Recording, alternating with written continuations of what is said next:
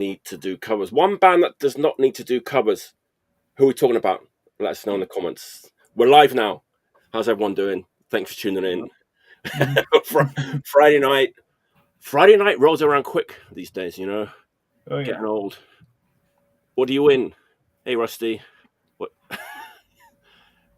A hearty thank you. There you go. How about that? Yeah.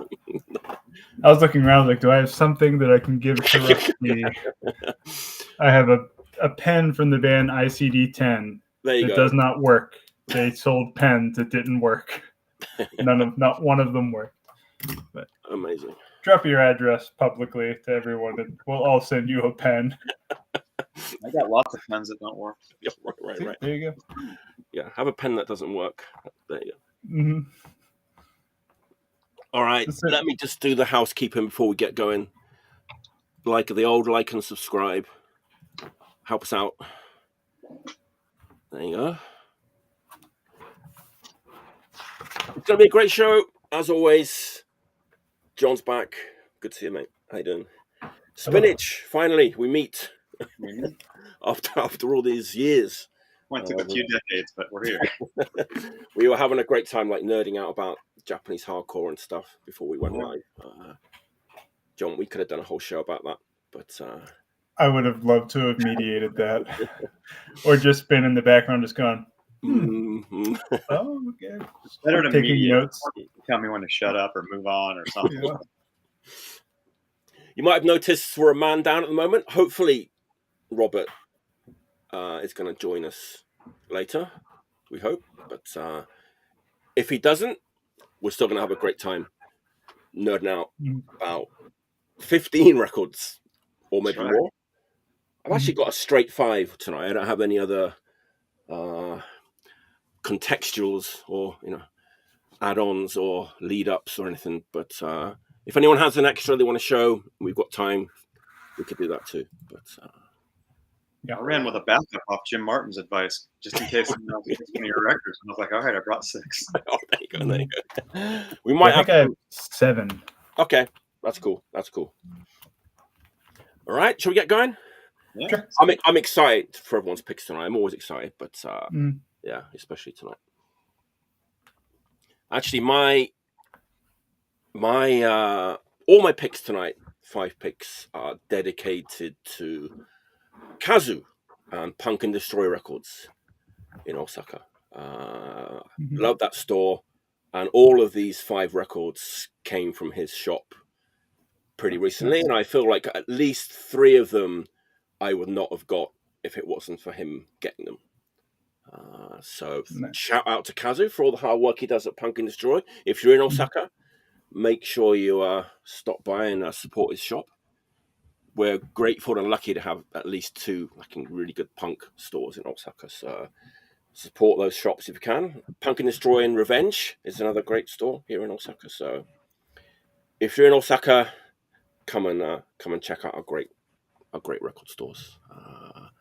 So yeah, my first pick is I always feel like when I'm talking about new records, new punk records, I'm always talking about the same labels over and over again. That's from my side, which is fine. La Vida es un Mus, Symphony of Destruction, Sorry State, Beach Impediment. I tend to buy pretty much everything that comes out on those labels. So it's cool. Tonight I've got a label that I've never talked about before. I don't think they've been talked about on this show. They're from Austria. Haven't had too much Austrian punk on the show. It's Contergan Punk is the name of the label. They've been going for a while, but they put out this record last year, which I've been digging a lot. Here it is. The band is called Rolltreppe, which means escalator in English. I believe that. I hope it's true. Yeah. Could be fake news. It's true. It sounds right. It sounds correct. It seems, yeah. I've never seen that. Austrian or just the label? Yeah. What's that? Is the band also Austrian or just the label? Yeah. Yes. Nice. Yes, the band is Austrian too. They're from Vienna.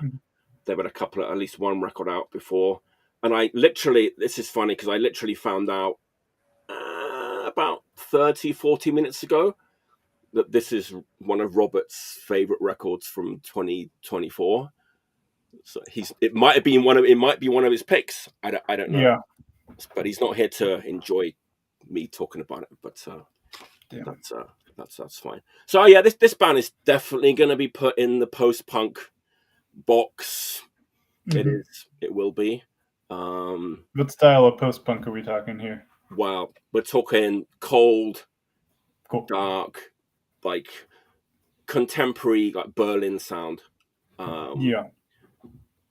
But I want to say punk is written in bigger letters than post on the poster. You know, this is like it's post-punk, but with punk in kind of capital letters. It's like it doesn't meander around. It's not slow. It's like full on, like driving.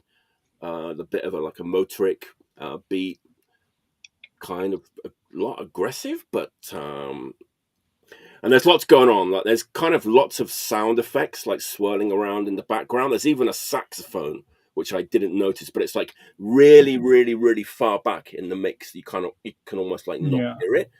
So don't worry if you're not a sax fan. It's not like parping over, every song. It's just there in the background.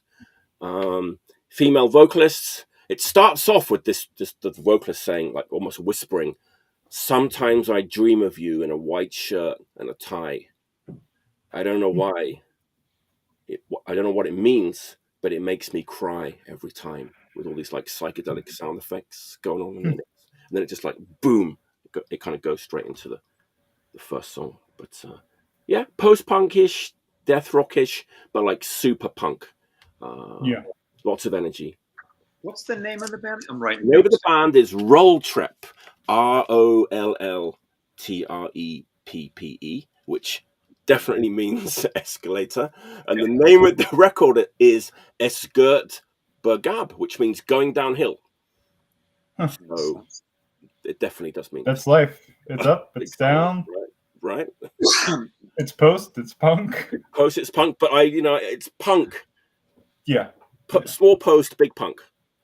That's my preferred style of post punk. It's not it's not shoegazy or slow or meandering around. It's like full of energy. It's driving.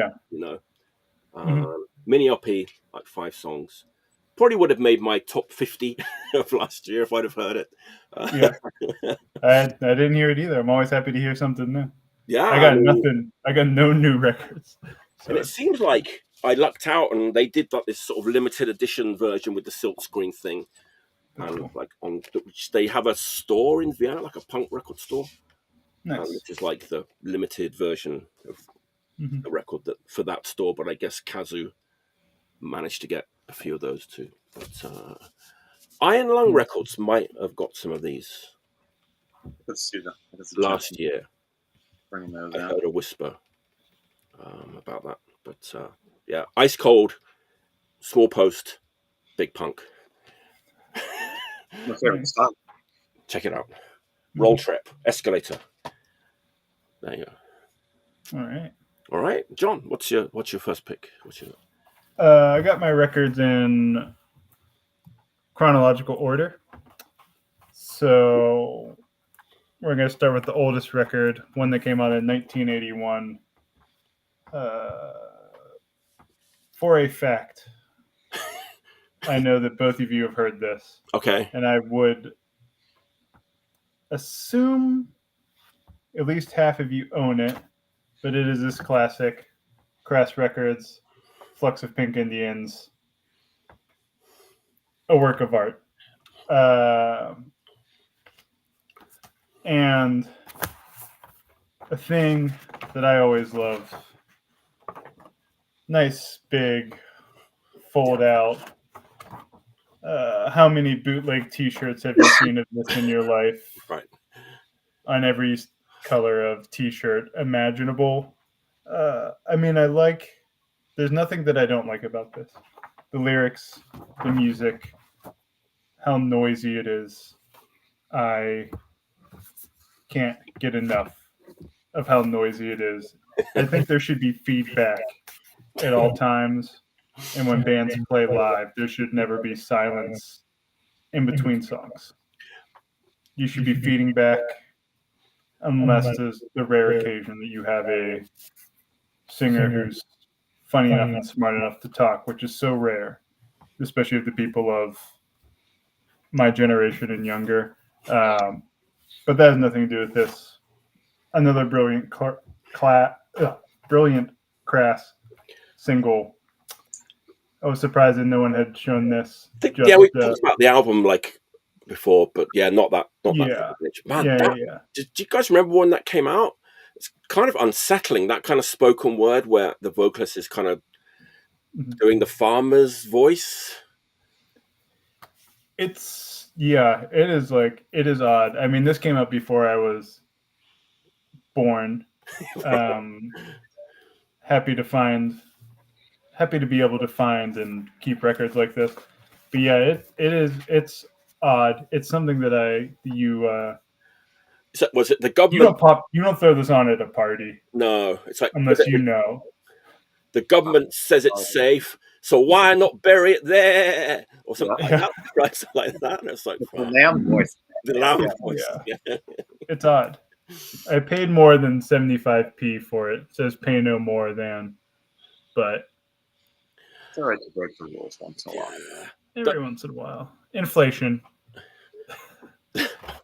Those records I've talked about this a little bit before, but I had a friend called Steve I went to school with, and his older brother was he was into 77 punk, and then my friend Steve got into crass punk, and he had a little room in his house, tiny little room, really old school, like British terraced house, and in this room were his records, and he would just have the records like strewn across the carpet.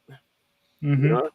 That was how he filed his records. So it's like it was just so that's how I was kind of brought up to look after records. It's just put them on the carpet, and you just crawl around on the carpet and put choose one that took your fancy. And that was definitely one of the ones that was always on the carpet back in people put their records on shelves and stuff these days. It's I store mine in these boxes, but now that I know that I could just put it on the floor, that'll just kind of make it a little easier. You guys actually touch and play your records? Yeah, you're right. I did that. Crazy dude. I think I've touched and played every single record that I own, with the exception of I just booked Fan Club from Seattle, and I got a record from them, and I haven't listened to it yet. Okay. Other than that, all of them. Any record you book play is something wrong. Young people today, file your records on the carpet. Yes. Highly recommend it. I've been doing it wrong. That's why I do the show, to learn about records, to learn how to take care of records. But you imagine, how noisy you were saying that record is? Imagine that record, covered in carpet dust, played on the cheapest plastic turntable. Sounds brilliant. Yeah. That sounds like the best case scenario. No other way. Yeah. That's what I love about when we get records into the record store that are beat up, or sometimes if something just has it's a little too beat up to put out, but sometimes an old kind of freaky jazz record. A normal jazz collector wants those records to be as clean as possible. Yes. But I love when they're fucked up, or they're 2 Miles Davis records, but they're neither of them are the right record for the sleeve. So I'll just keep them, but especially when they're beat up, it just adds an element of chaos to it that I love. Carpet chaos. Yeah, carpet chaos.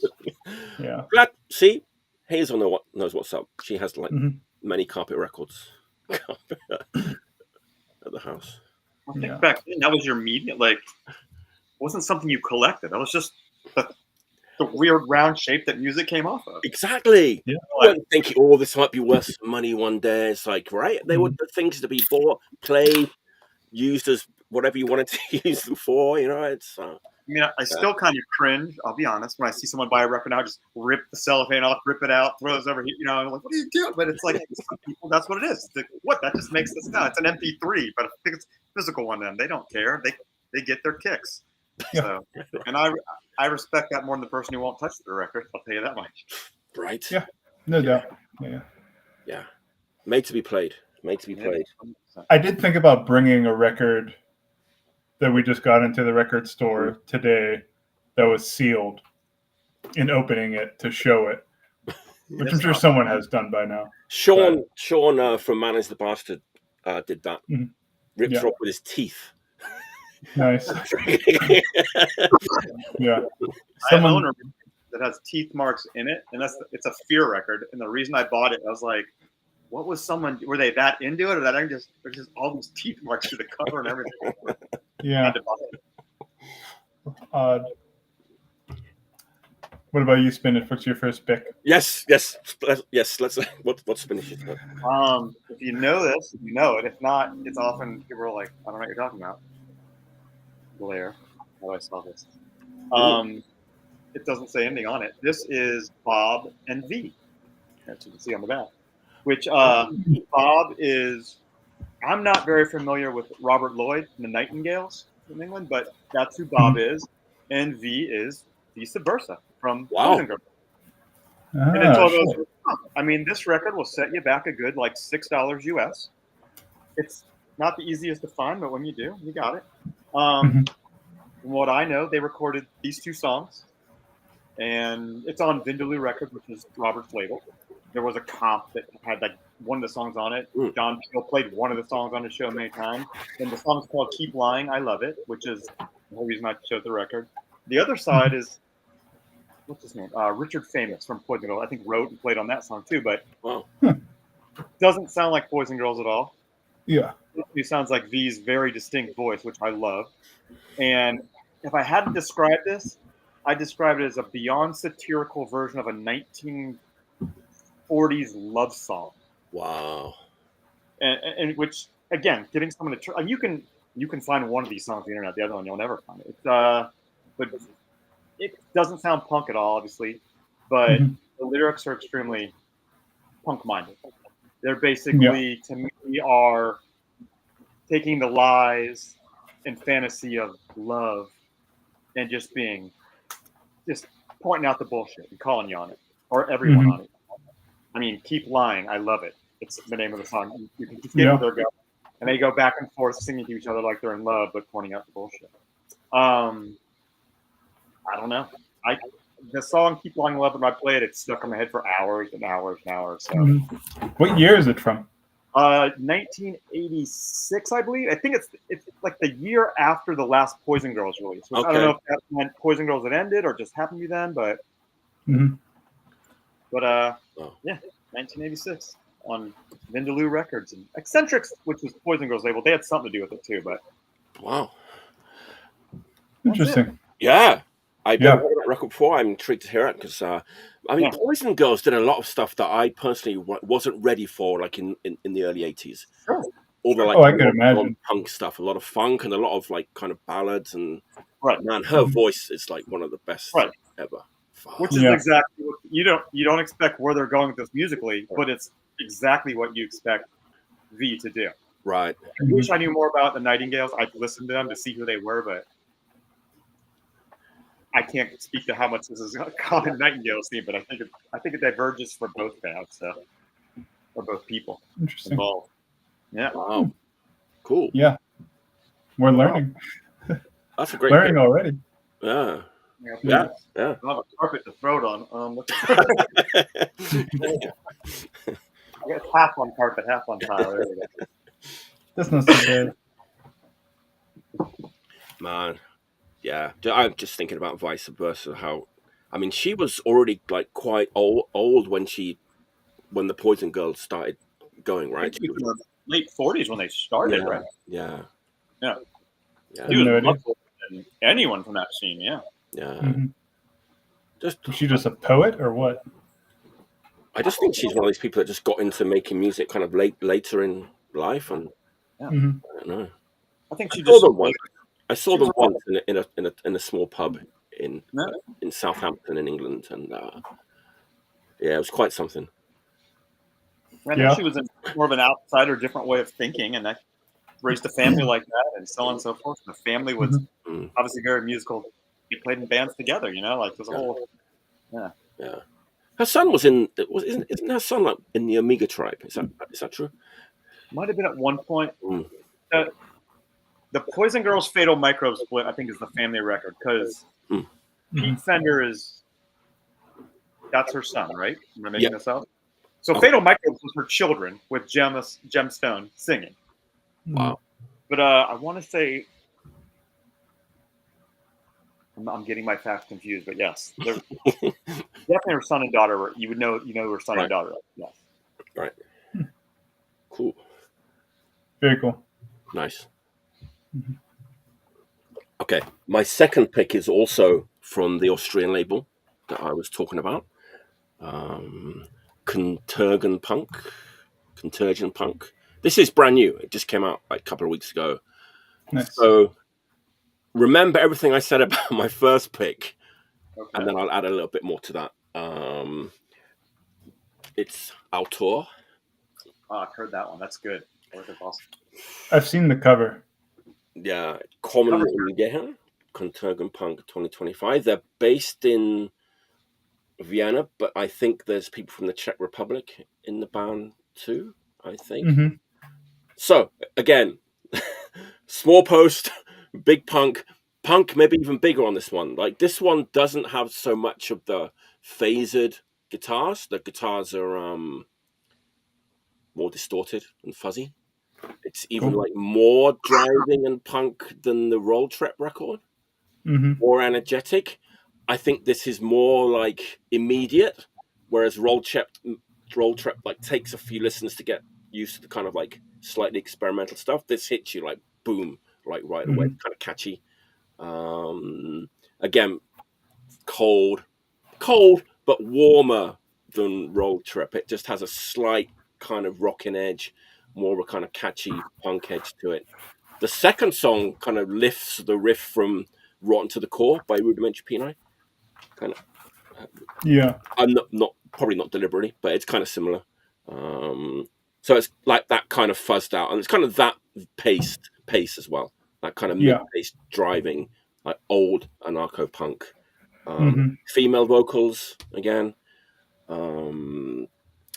So Kazu isn't here, from Punk and Destroy. But when I was buying this record, I kind of asked him, because this is what happened. I bought the Rolltreppe record, and he was like, "Hey, you might be wanting to buy that one as well. This is his sales technique." And I was going, "Okay, then, like, tell me a little bit about it, So he was like, "Well, it kind of has that Diat feel from Berlin. I think they're way heavier and more punk than that band, and a little bit of what's the name of that band? Australian, but Total Control. He named Total Control. But the vocalist sounds like the vocalist of Rata Negra. Oh, cool. That was his words. I don't necessarily agree with it. I think it's way more like just punk sounding, like fuzzed out guitars.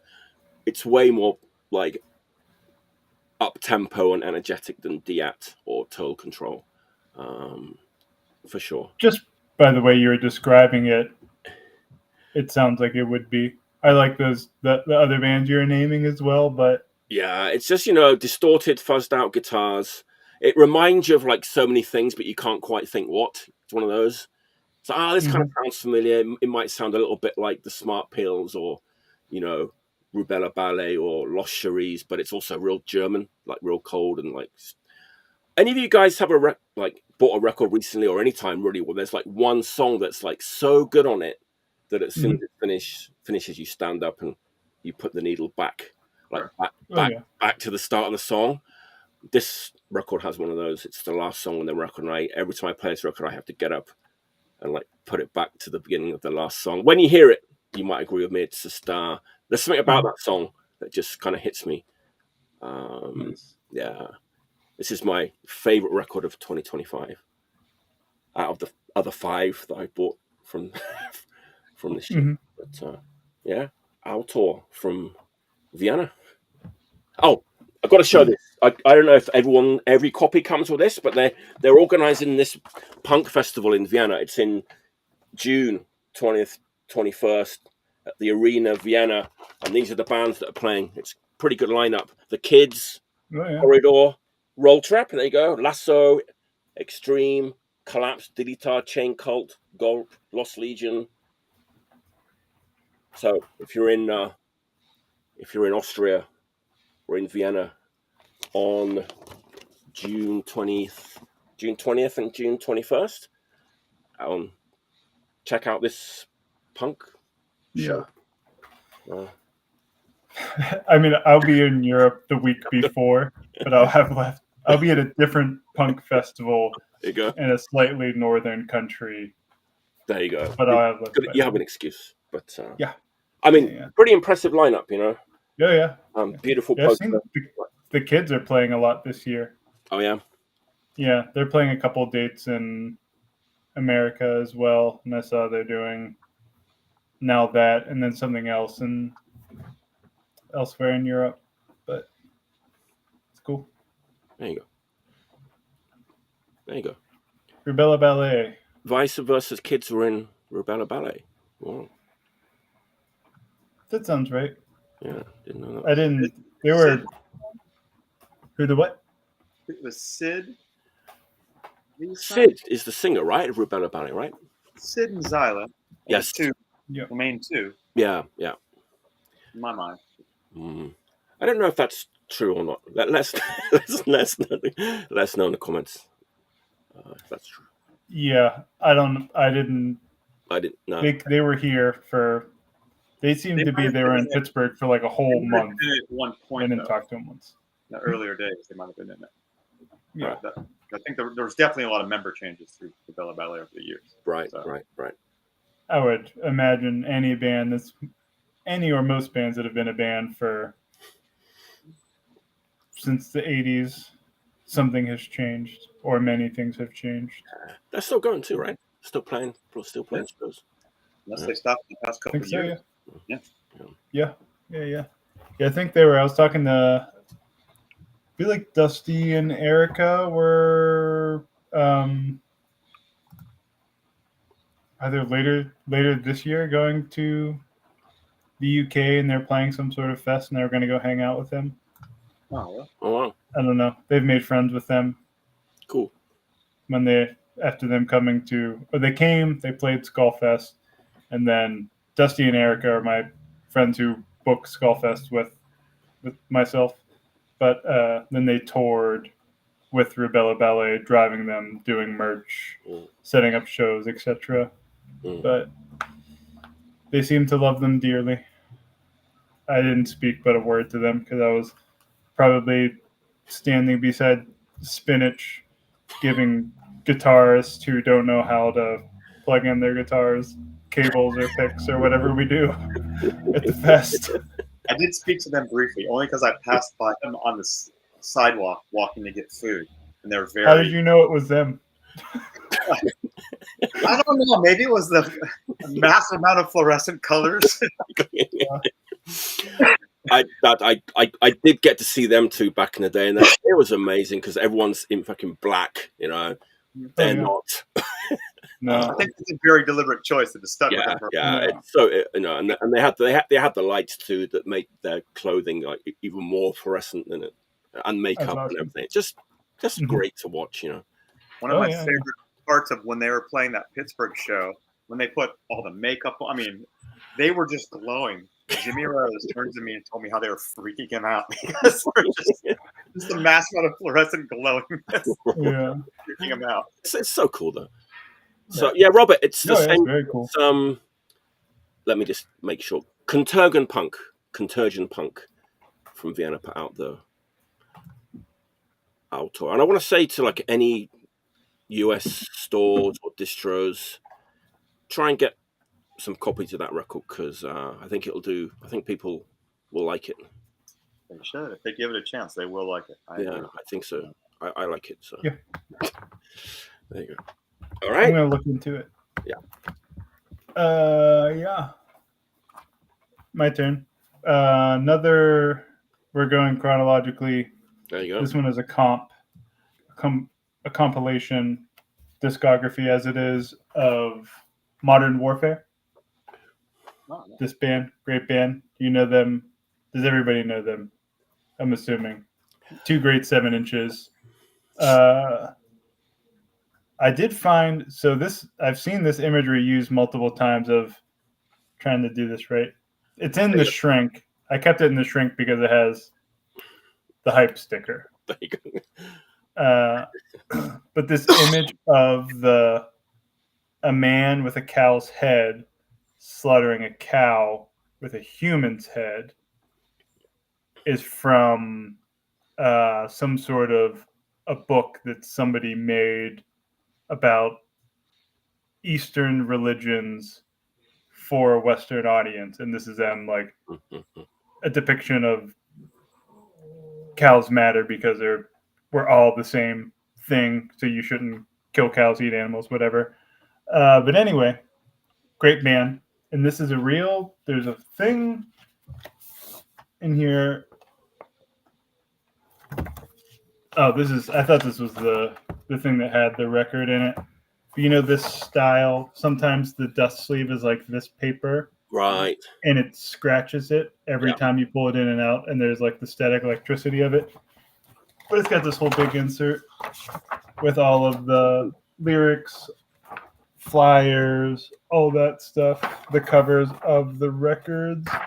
And there's two other additions, not additions, that are for, God, it's going to be hard for me to show you.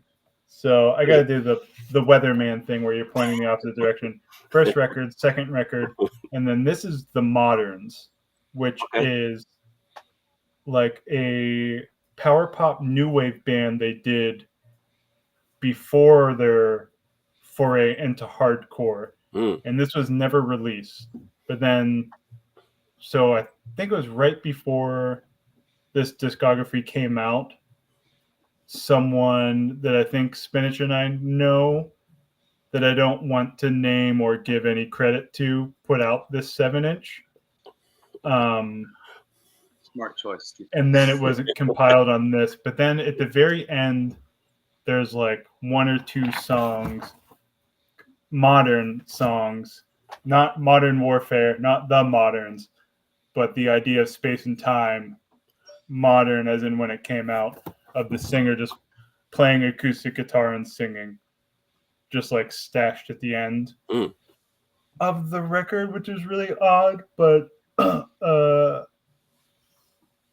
have bootlegs of these 7-inches. I've not been able to find originals of any of them, but I think that they're great and they're very odd. And it seems like they're trying. It has like the Southern California guitar lead style vibe, but it's like off in a way where like they don't know the scales that they're trying to play, but it kind of does make it sound more surfy in that odd sort of way. But it's like off kilter. I love it. I think that's it. I think it's great. Like a discography collection record. Yeah. That artwork has been on so many different. So much. Saying that it was on the Antidote 7-inch. It's on the Antidote 7-inch. It's on this 7-inch. The one flyer that it's on for in here is Rhino 39, the Danger House band, Modern Warfare, and I don't know the Heart Drops, but yeah, Anti-Meat Vegetarian Night. It was on something, I want to say something Cleveland related, like one of their, like in their, maybe it was in the Voice of the Voice, like on an, I don't want to say Integrity, but it's one of those type of hardcore bands. I think maybe. I think you're right. I don't think it's Integrity. I think it might be that something on that Dwid's label, his early label or something. It's been on a lot of stuff. That's why I went on a couple of years ago. I went on a crusade to find what it was from, and then I tried to buy the book that the illustration is taken from, but I could only the only place I could find it was on Amazon. And I was like, I've gone this long boycotting Amazon. I can forget about it until I'm doing this podcast with you guys. And then once more go on the crusade, and hopefully now it's on eBay or something. Though I did go to Whole Foods a couple of times, which I do know is Amazon. One of the times was for... Really? I didn't know that. Yeah. The first time I went, I did it for Skullfest to get John Joseph organic bananas. This may be a breach of contract, but on the rider, he required 6 organic bananas. And there was something that was Whole Foods brand specific that I had to go there.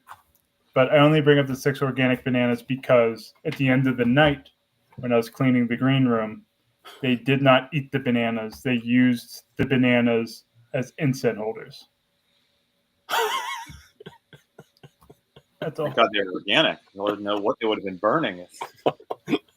I don't know. They also ate pepperoni pizza, which they organic. They stole Annihilation Time's pepperoni pizza because it was its spirit, and they'll give the venue wants to feed the bands pizza or whatever, and so we told them, or I guess I don't remember if it's myself or Dusty, it doesn't really matter. But it's like, hey, the bands will give you free food or like free pizza or whatever. Like, they'll do a vegan, they're vegetarian, they'll do meat, they'll do whatever. They're like, do not bring pizza. They will not eat pizza. Only what is on the rider. Only, whatever. And then they stole Annihilation Time's pepperoni pizza. It's the best that they said their pizza. Which is just... They would have gotten it for free anyway. Yeah. We just told the venue, like, can we have more pepperoni pizza for the other? It turns out the other band wants some too, and they're like, yeah, cool, whatever. Maybe this is a thing. Check this out. Yeah. There you go. I don't know. Good enough for Lee Scratch Perry. Good enough for... Yeah. What's his name? I forgot his name. JJ. John Joseph. John Joseph. Yeah. John Joseph. He was really nice. They were all really nice to me. They were nice to me. Yeah. Paris was mean to Dusty. He would be really mean to Dusty's face and then turn 18 inches and be really nice to me. And I don't know if he was like trying to like Dusty was like in charge, and then I was just the stage manager, gopher before the show, but I don't know. Whatever it is, I don't know. They were good, but who cares, I guess. It's banana abuse, okay? I can't stand for this banana abuse. Anyway. These are the stories and the content we come here for. Yeah. Well, what's next in the spinach rotation of what you got? This is one that I'm a big fan of. And I'll tell you what I do know about it, which isn't too much, but I'm really hoping, Mike, due to your location, you can help me. I hope so. Let's see. Japanese. Okay. Azen is how I've been told it's pronounced. This is letters AZN. Okay. This is a 2-song 7-inch. It came out in 2016 on Nintendo. 3 members. All 3 members are or were in the band Chaotix with an X at the end from Sapporo. Okay. I don't know if that band still exists. That's why. But every single member in this band was in Chaotix. Okay. It does not sound like Chaotix. I do like Chaotix, but this sounds... It sounds, again, this is another terrible thing to display because check this out, guys. Good luck finding it online. I have a download coupon. If someone wants to write to me, I'll send you my download coupon. But I have tried and tried and tried. I've told so many people about this band. Every time I DJ any kind of show, I play this record. People are like, what is this? It's punk, 100% punk. There's definitely, it's like the guitar tone is a huge thing, and the vocals, which is the same person. I don't know if it's a chorus pedal or what, but it definitely not the type of bit. When I say chorus pedal, you're gonna right to like gothy post punk stuff. It's not that sound at all, and the vocalist actually kind of sings. I'm so bad at holding this for me. No, we can see it. That's okay. Okay, but man, it's a band that sounds only like this band. They put out a 4-song CD they self-released like a year before it, and there's, if I remember correctly, which I'm pretty sure do, there are horns on the CD. Okay. Now, what you expect, it's almost like how Jabara uses horns. But like when you say horns, I'm not selling this record by description only.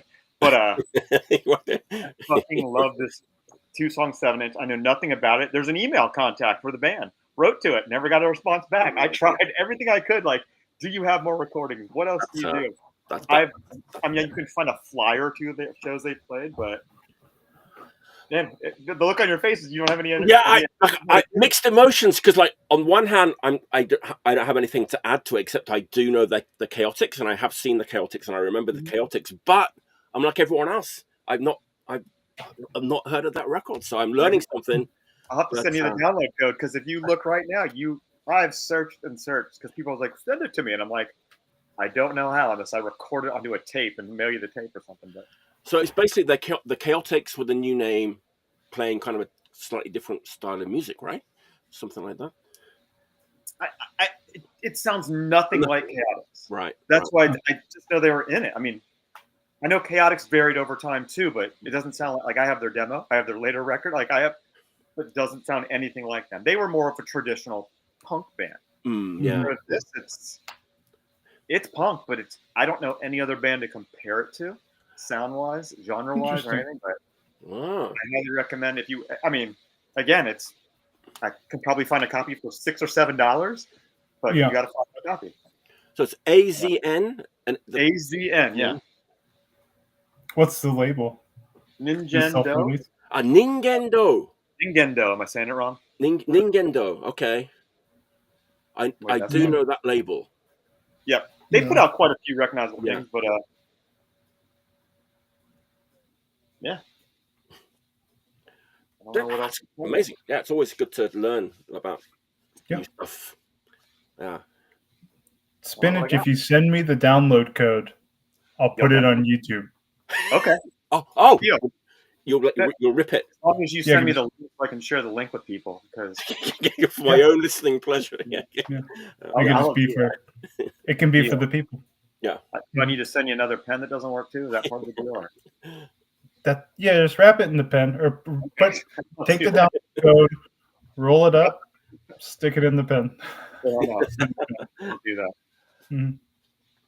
Cool. I'm gonna switch my order around because my next pick is kind of similar to Spinach's pick, kind of. Japanese band that I'd never heard of until I saw the record at Punk and Destroy. This band had a CD out on King's World Records, which I'm going to talk about King's World a bit more later on in my fifth pick. But they put out this this is like 1997. They put out a self-released LP. I'd never heard of this band. They're kind of actually, you know what? This might tie in a little bit with what we were talking about that Assück's first Japanese tour, because I feel like this band kind of fits in with some of those bands that you played with, but they were from down south. They were from Fukuoka, Hakata. Okay. This is a very intriguing record to me, and I'm happy to kind of introduce it to people if they've never heard of it. The band is called Contradictive Outcast. Never even heard of it. It's just one of those very 90s sounding Japanese names. We were talking about Battle of Disarm, Power of Idea, Contradictive Outcast. I think Power of Idea is one of the most brilliant names. I love it. But anyway. We've thought a bit about them before, right?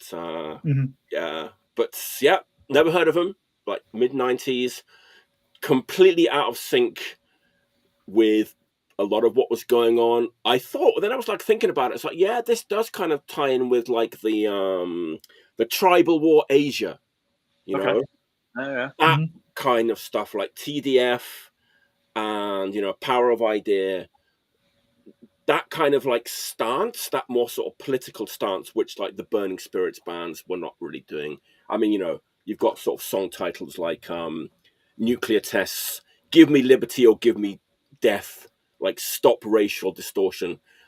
This stuff doesn't happen too often in like Japanese punk, this sort of very direct, you know, political messages. I mean, especially the stuff that I prefer musically, like, you know, the HG Fact and those kind of labels. But I've seen it. I saw it. It's on Disc Union News. They sort of say 97 crust. I don't think this is crust. You know what this reminds me of? It reminds me more of like a 90s take on like ADK records stuff. Okay. Yeah. That's a good sell. Yeah, I mean, it kind of it threw me off a little bit. So it almost sounds like the starring a little bit. I don't want to get people's hopes up too much by saying it. It sounds like the starring, but at times it did kind of remind me of that more than any kind of crust band or, you know. But there's only two genres in punk now: crust and oi. Yes, neither of those. Nothing else. What is the artwork? Is it like I see it look like a robot? Yes, it's like a sort of robot thing. It's like a ghost. It's obviously sort of hand drawn, and it looks like it's stenciled, right? The logo kind of looks like it's a stencil. Yeah. It isn't a stencil. I was gonna ask, what does "coup" mean? Then I'm realizing that's just the abbreviation of right. Right. I like they put them right in a row. Not much information, just where it is recorded, names of the lyrics. Very like straightforward anti-war political lyrics, but this might be of not too much interest to other people, but like something really stood out to me on the back of this record. Because when I was listening to this record, I was thinking, man, this record like sounds really good. Like it doesn't sound like a digital recording, and it doesn't sound like an analog recording. And so it says here, recorded with the Yamaha MD4. So, of course, I had to check out what the Yamaha MD4 is, or should I say was. Already find them in the used market. But it was the world's first 4-track mini disc recorder. Weird. There's pictures of it. So they recorded this. And so it says the MD data disc was used as the recording medium, enabling 4-track high-quality digital recording. This record sounds amazing, but it was recorded on like this Yamaha MD4, which I thought to me was like almost like more interesting than the record. But it's like I never. It's amazing. So I want to say to any bands out there, if you come across a Yamaha MD4, buy one and record your next record on it, and you might do well. I can't believe I didn't know that any company besides Sony did anything involving mini disc. Yeah, the Yamaha MD4. I know someone who collects obscure media, including mini discs. This might break his brain. Yeah, maybe he already knows, and he'll be like, he probably already has one. The Yamaha MD4. I've been thinking about that sort of more than the record, but the record is good too. But the Yamaha MD4 has been on my mind a lot this week, and I'm hoping I can kind of come across one in some of the recycled shops and stuff. Just take a picture with it, and if it's not too expensive, maybe buy one. I don't know. It's like So, I was in one of the rare American households that had a Sony mini disc player recorder thing for the console or whatever. My parents worked at the Sony plant in New Stanton, PA, but they had a store in the plant where you could go and buy stuff. But you would go and you would give your employee number, and then they would just take money out of each paycheck if you bought, like a Trinitron TV or a mini disc player. Because my parents were like, "Oh, soon everybody will be switching to mini disc.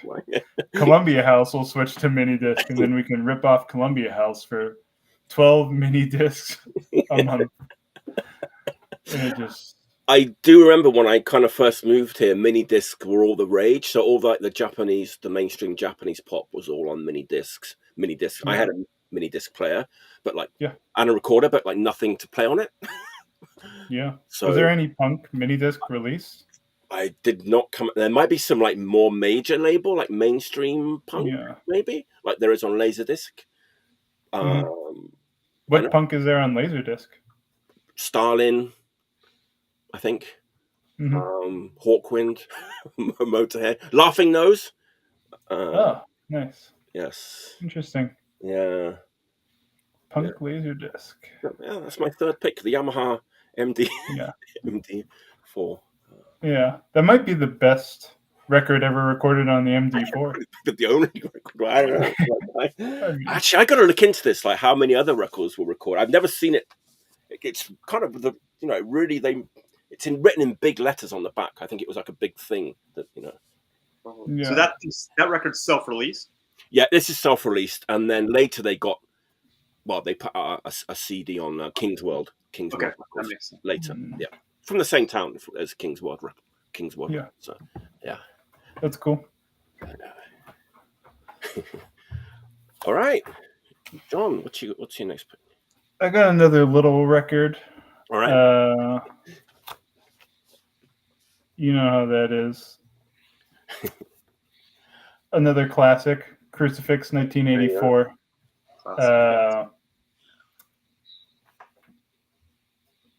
I can't tell if it's funny, whoever had this, they colored over the Pay No More Than. It's like a Sharpie. I could see it in the light. I could see that they drew over it. But I think this is great. I think this is better than the first record. Not as good as Dehumanization. Right. But totally good and brilliant in its own right. I did realize at some point I kind of ripped off a song on this that's on the Peace Talks record, but only the drums part. It's like I played a riff to the song. It's like guitar karaoke to a rhythmic part on this. But I think this is great. And growing up, I didn't know that Crucifix was anything but the record that everybody knows. Me neither. To a long, long time later. And then, we knew that song Steel Cage Enclosure, which is on that's on some comp, maybe? Yeah, it's on this. Okay. As well. Yeah. That's a great song. Yeah, it's good. The whole thing is good. I mean, all three songs of it are good. And I do it does seem like it's like the Pay No More Than obviously being a nod to a UK record. I feel like it does have this sort of their take on crass aesthetics for sure. That came after the LP, right? This came after the first LP, but before Dehumanization. Yeah. So who plays bass on that? Is it Bryce? That guy. Matt. Okay. Matt plays bass. What Crucifix record does Jimmy Crucifix play on, if any? This one is James. Okay. That could be Jimmy Crucifix. Could be. But that might also just be James. Right. Yeah. There's no solution for war but peace. Where's the lie? Yeah, that's about it. You got all the lyrics. You got some Crucifix artwork that is not the normal ripped off artwork. Oh. This looks like I just realized this now, it's kind of hard to see.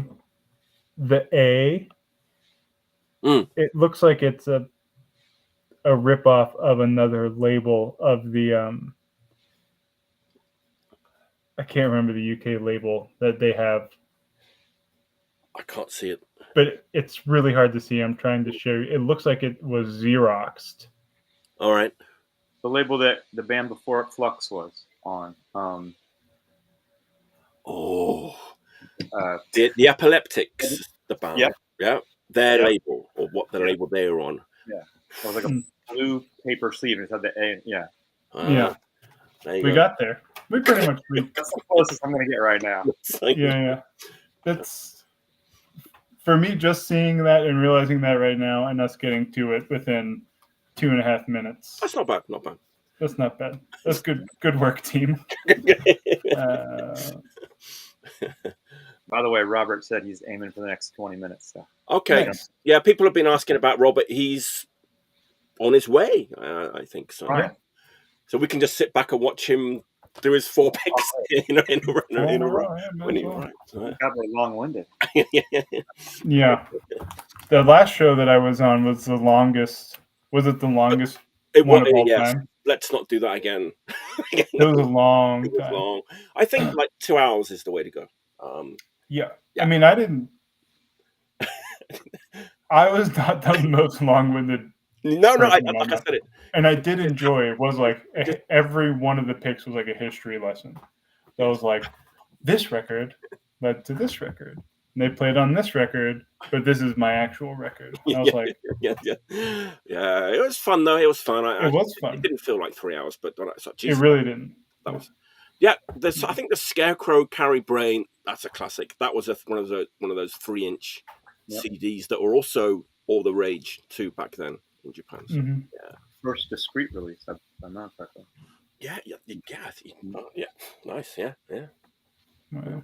They still make those there because it's the label that keeps putting them out. It'll come to me later. But yeah, they're kind of cool. I've never anywhere except Japan, and I don't understand the weird shape of the box. I don't understand anything about it. I know, and then the big plastic thing at the box. Yeah. I have a bunch of those CDRs with that 3-inch CD in cases at my house. So if any band wants to put out a demo on 3-inch CDRs and wants about 20 of them, please, I'll send them to you. So they don't get away. Japanese label, Stinger Records, used to do all those like thrashed to death compilations. There's loads of them. They're all on those like little those 3-inch CDs. Yeah, crazy. Interesting. Right. Spinach. What's up next? Yes. Spinach. We got Spinach. What's your next pick? I'm going to Sweden. Yes. With Society Gang Rape. Oh. More Dead Than Alive from 1994. Sound Pollution Records. Got 4 songs. The CD had 8. I don't know why that. I guess he couldn't fit 8 on here. I don't know if the songs ended up anywhere else. You can only afford a 7-inch, I guess. That's right. I love this record. I always have. I love this band.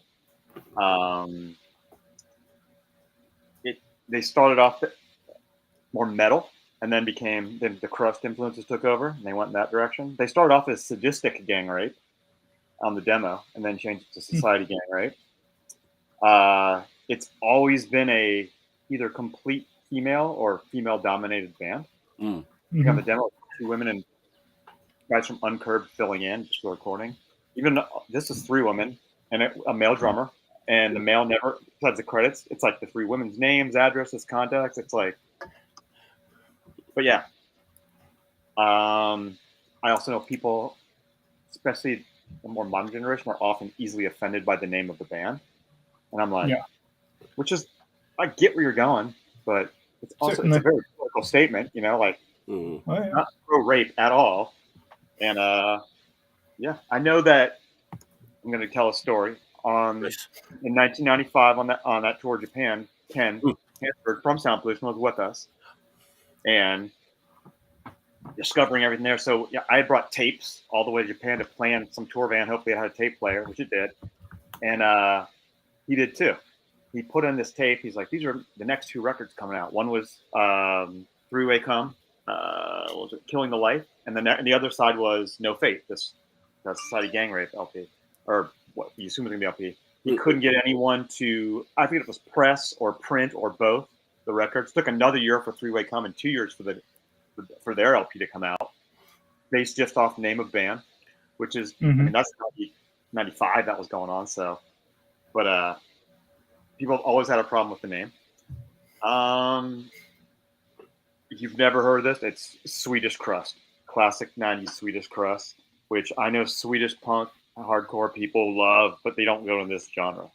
You know, that you see your mob every anti-Semitic, but they don't go to this way, Three-Way Kommen or Smart Snow or anything. But I love Smart Snow. Great band. Yeah. But the vocals of this band, her vocals are a real standout for me. Like they sounded like no one else at the time, and I want to say they sound like no one else's currently, but I always use this reference in comparing this band. Boston band, who I think mostly live in New York now, Firewalker, Sophie's vocals, dead ringer for this band. If this, even musically at times, if this band had breakdowns, I could fool you and tell you it's a Firewalker record. It was Cecilia. I played it for them. They were like, they kind of like were like, whoa, he's right. That sounds a lot like, you know, vocally. Yeah. I love this record. I love the song "Leave Her Alone." That's my favorite song of theirs. It's on here. I don't know what else to say. I'm gonna stop there. Nice. Yeah, I've not heard of it because I've looked and looked like, oh, come on, give me more.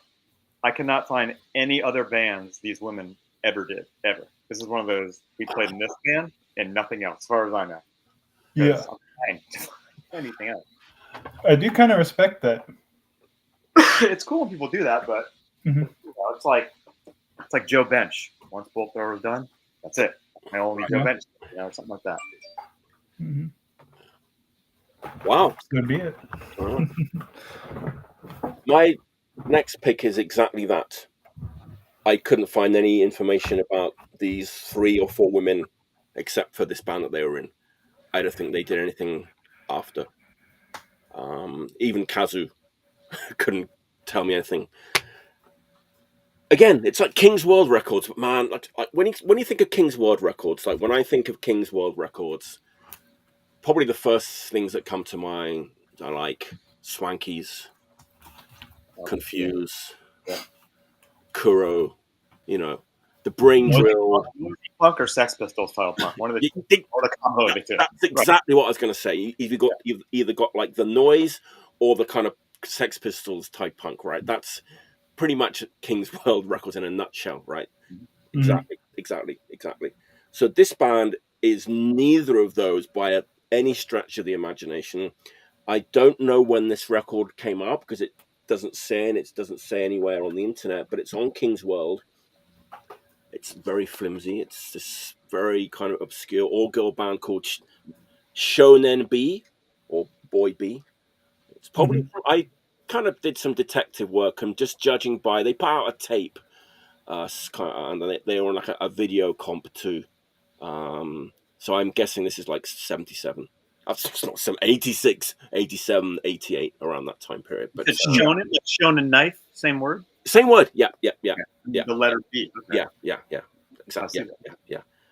And the record is called Totteoki no Ichinichi, which means like an unforgettable day or a special day or something like that. But this is like I love this record. Again, completely new to me. I've been listening to Japanese punk since like 1983. Hadn't heard this until last week. They were definitely kind of part of the Fukuoka punk scene. This is more like a straight up like indie pop record. It's beautiful. There's a couple of songs on here that could have been like hits, I want to say. That's beautiful pop songs. Kind of an acoustic sounding band, acoustic guitars, but with drums and vocals. Just beautiful, like Japanese pop music that's like so obscure. And I don't think King's World. I mean, this is like the flimsiest, like fucking record sleeve that I've ever seen on King's World. They didn't put any money into this release at all. Probably didn't promote it very much. But man, this band could have been they could have gone on to the next level. They could have been signed to a major, I think. But I can't really think of anybody to compare them to. If you're kind of familiar with bands like Zelda and OZX and kind of, but this band is not even as like punk as that. It's just very kind of twee, mellow, soft, beautiful, like Japanese pop music that came out on King's World in like 1987, and I love it. And it's not the label I would have expected that to come out based off your description. Well, I think it's just because they're from the town, the same town, and like they were probably a well-known band in the city, you know, and local label. Let's put their record out. But yeah, it seems like I said, it's so like flimsy, and it's not like a usual kind of high-quality King's World Records. But I love this record. Again, something I think this is like dead stock that Kazu got. I think he's quite close with the label, so they had some dead stock. But it's on YouTube. You can find it on YouTube if you want to give it a listen. Someone's ripped it. Just one of those amazing discoveries. Like there's still so much to discover, even if you think you know something about like a country's scene or a country's music. You know, there's like so much still to discover. But yeah, that's interesting. Yeah, very cool. If you like mellow Japanese pop music, I'll try it out. If I saw that in a record store, even if it had no description on it, it's probably cool reasonably priced. I would get it. I like the way that it looks. Yeah, I'm just gonna search for this. One of the things I'm gonna search for as soon as we get off the computer. I've been writing these down. They're on like this video compilation too. Okay, there was this video compilation series on Captain Records, which like the first Lip Cream record came out on Captain. They're kind of a very big indie label, almost major label, and they did this video series called Rock on File, and there's like 5 or 6 volumes. There's like a metal one, a punk one that has like the styling on it, and then there's like this one called Gal's Paradise, which is all like girl bands or female fronted bands, and they have a song on that. So Papaya Paranoia, which is another favorite band of mine, but Gal's Paradise was the name of it. You know, it's Japan, 1987. You know, but, so there you go. Yeah, seems cool. Yeah, thanks to Kazu. Yeah, would never have probably come across this if it wasn't for him. Through the joy of YouTube, I'll be listening to it. Especially tomorrow morning. I'm going to send you the list too, so you can just copy and paste it straight in with the Japanese, so it'll be easy to find. Perfect. Yeah, I've definitely found that there are bands that I have to do that with, copy and paste. Yeah. From Discogs to wherever else. That's definitely a thing. The Discogs copy and paste to YouTube. Definitely a thing. Yeah, an easy pipeline. We've been there. We've been many times. Every day. All right. We're coming more. We're moving further and further to the present day. We are, yeah. I don't know how far. In John's world. I don't think there's I'm just guessing on the date, that this being the right date, because I'm jumping like 20 years from whatever my last thing was, but this is actually a band who worshipped Japanese hardcore bands for sure, but also doing it their own way. The Inmates from Cleveland, Ohio. Assholes Unanimous presents. And this is like the worst quality cover. It's like cut off on the bottom. It seems like it was really poorly screen printed. I can't tell. And it's like not discernible label information at all. A picture that I don't think is even, I do think it's them, and I wouldn't put it past them to dress up, but I think these are just like superimposed goat heads on them. But I mean, this band doesn't really make too much sense to me as it is, but I love it. I love the riffs.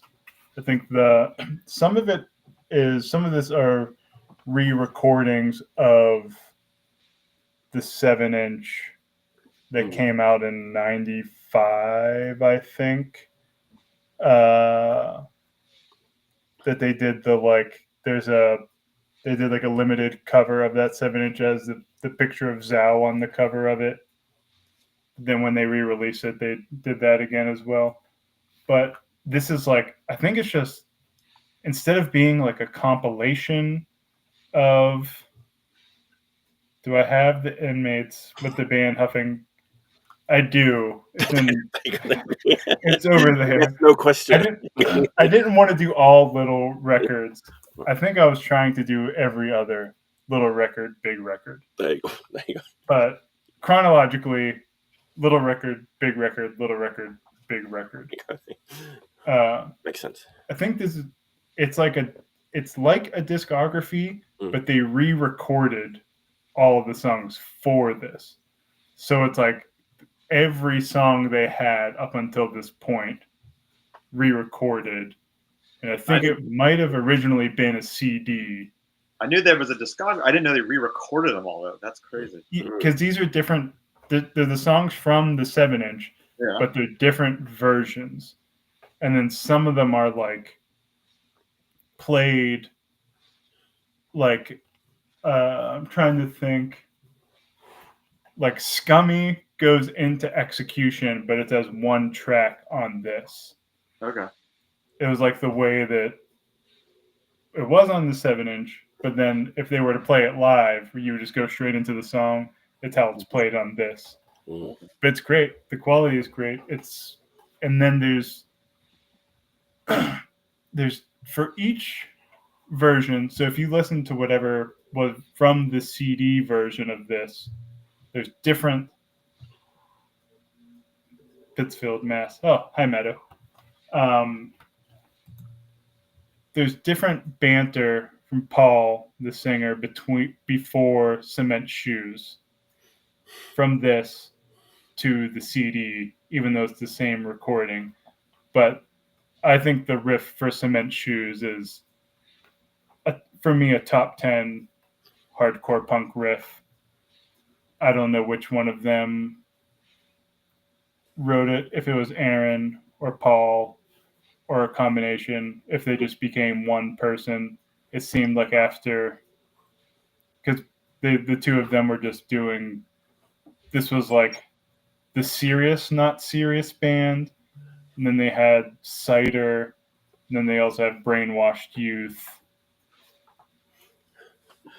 I don't know. It doesn't make a whole lot of sense to me. But yeah, it's very odd that the band, going back a touch before this, from Cleveland in 1995 is like using a picture of Zhao on their record cover. They're like, no one outside of Cleveland is going to get the record. And then 2, no one is going to get the joke or the reference or whatever it was.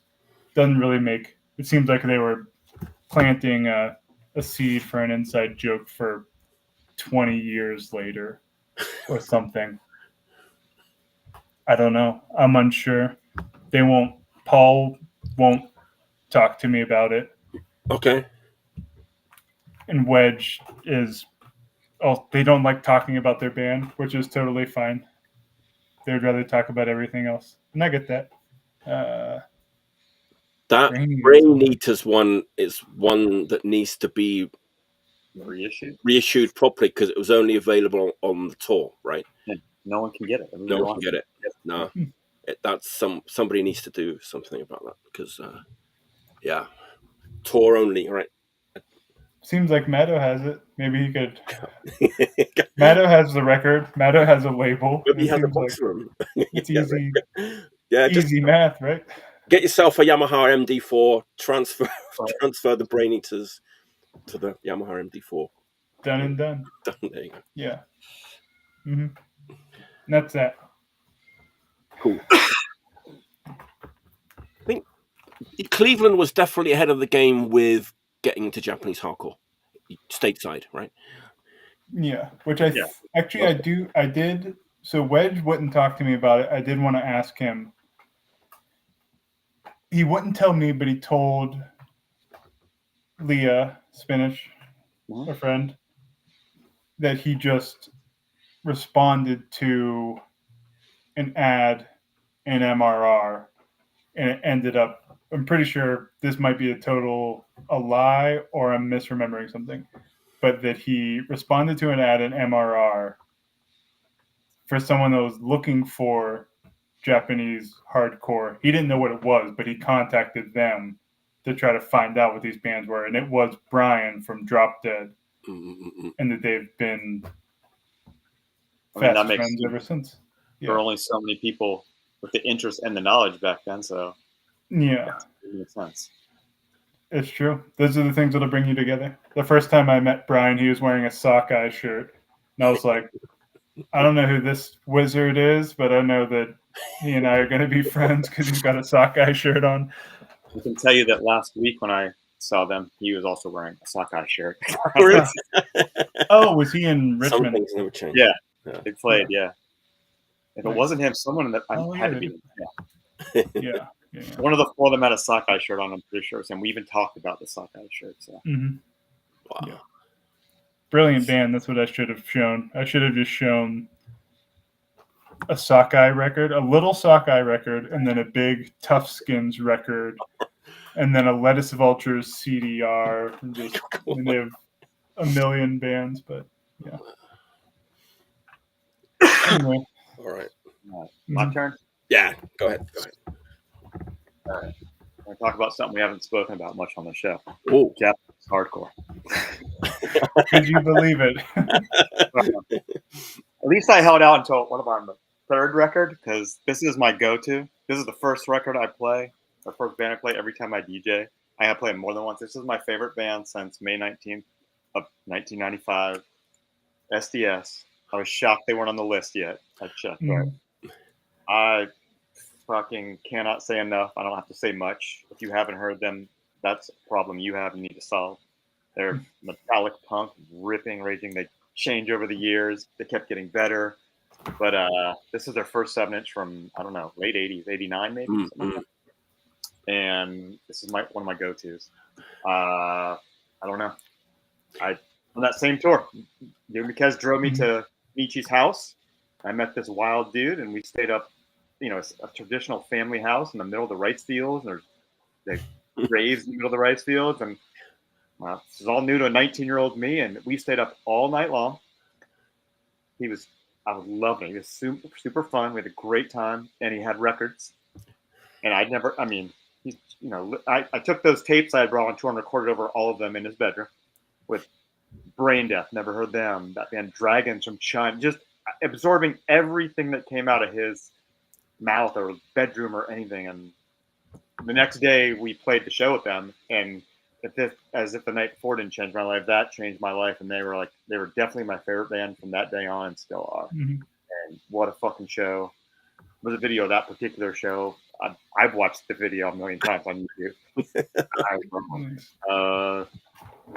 don't know what else to say. Does that one have just the Japanese address at the bottom, or does it have Ken's address for sound pollution? And this is before all that. This is just MCR. Okay. Which at that time it was just Yumikaz. Yes. So it wasn't too long after that I started doing the UK one, and then after that Ken and Relapse Records also. But I remember we talked about it a little bit before the show about how tough it was to sell Japanese records back then. That one caught on pretty quickly. It kind of spread around that was a record that people in the UK liked. Right. I kept having to get more from Yumiki's because they would sell out. That was one of the few records and John Pyle played it. Okay. Well, they were obsessed with Antisect. Ichinichi loves you. And all the guys from Extreme Noise Terror really liked that record too. Yep. So they'd tell everybody. And I think there was me. I was selling it in the UK, and then I think Finn Records was selling it in Sweden and in Europe. And so that was one that people really liked from that era. I fully understand why. To this day, I put it on and I lose my composure and I'm banging my head. I liked that record when it came out. And I thought the split record with Misery was kind of like a step down from it. I kind of agree with you, but I mean, I like that record more now than when I first listened to it. Right. And and they kept and when they got to what's it called, Digital Evil in Your Life, it was like a different band, but it's like, wow, you just stepped it up, but you're just they kind of changed again, right, on that one. But I mean, they're just so they were already ripping. They're double ripping on that one. And the sound quality went up. I mean, it's amazing. SDS, Never Arise. Never fucking arise. Where was the show at that you played with them in Japan? In Nagoya? Probably like Huck Finn, maybe? Yeah, at Huck Finn, yeah. Yeah. It was such a memorable night. But he was putting up his mohawk, at the house beforehand on the table, did himself. I don't know how he got his shirt on or off after that, but he definitely had his shirt off most of the night. The end of that night was him and Takeshi from CFTL, both with their shirts off, both hawks up, arm around each other, like classic punk imagery, going down the street, yelling back to us, cuss words they had learned in English, or back and forth. We're like, I didn't want to go home that night. I was like, Nagoya is kind of a wild city. Yeah, it was a wild place. That was and the Yakuza headquarters is right around the corner. They made us. That area has a reputation of being like a little bit dangerous by Japanese standards. I think now it's calmed down. Yeah. But yeah, we were definitely. I in particular, as a 19-year-old loudmouth, obnoxious little brat, was. The Yakuza came over and spoke to the Japanese girl with us to quiet me down, in particular. Did you stay at someone's house, or did you stay in this really old hotel that is above Huck Finn? We did not stay above Huck Finn, but we knew that was a thing. Yeah. I don't remember where I know we stayed with Kenichi the night before. I cannot remember where we stayed. I know we stayed with Jonyo 2 nighs, and we stayed. I can't remember whose house we stayed out in Tokyo, but there was a night we stayed in like a business hotel. Okay. It wasn't a love hotel which sounds fancy, but it's just like real bare bones. Yeah, like it was bare bones. Yeah, very bare bones. That might have been the night. Because I want to say there was a couple of days where there were long drives. That's probably otherwise we didn't do the after party at that one. We got torn away. And the one night I wish I could have stayed forever. But yeah, so that was probably one of those really, really long drives. Right. But yeah, I can't remember. So many memories of like coming to Japan in the 90s, So we could do a whole episode on that. Oh, sure. Maybe we should someday. All right, my last pick was going to be sort of my mid-episode pick that I don't really have too much to talk about. It's going to kind of just like the mid-episode pick. But again, another one I got from Punk and Destroy. Current band from Hamburg, 3-piece band. This one didn't hit me too hard on the first. It took a couple of listens to kind of sink in. Came out last year on Brainwasher Records. Betonwelt. Or Concrete World.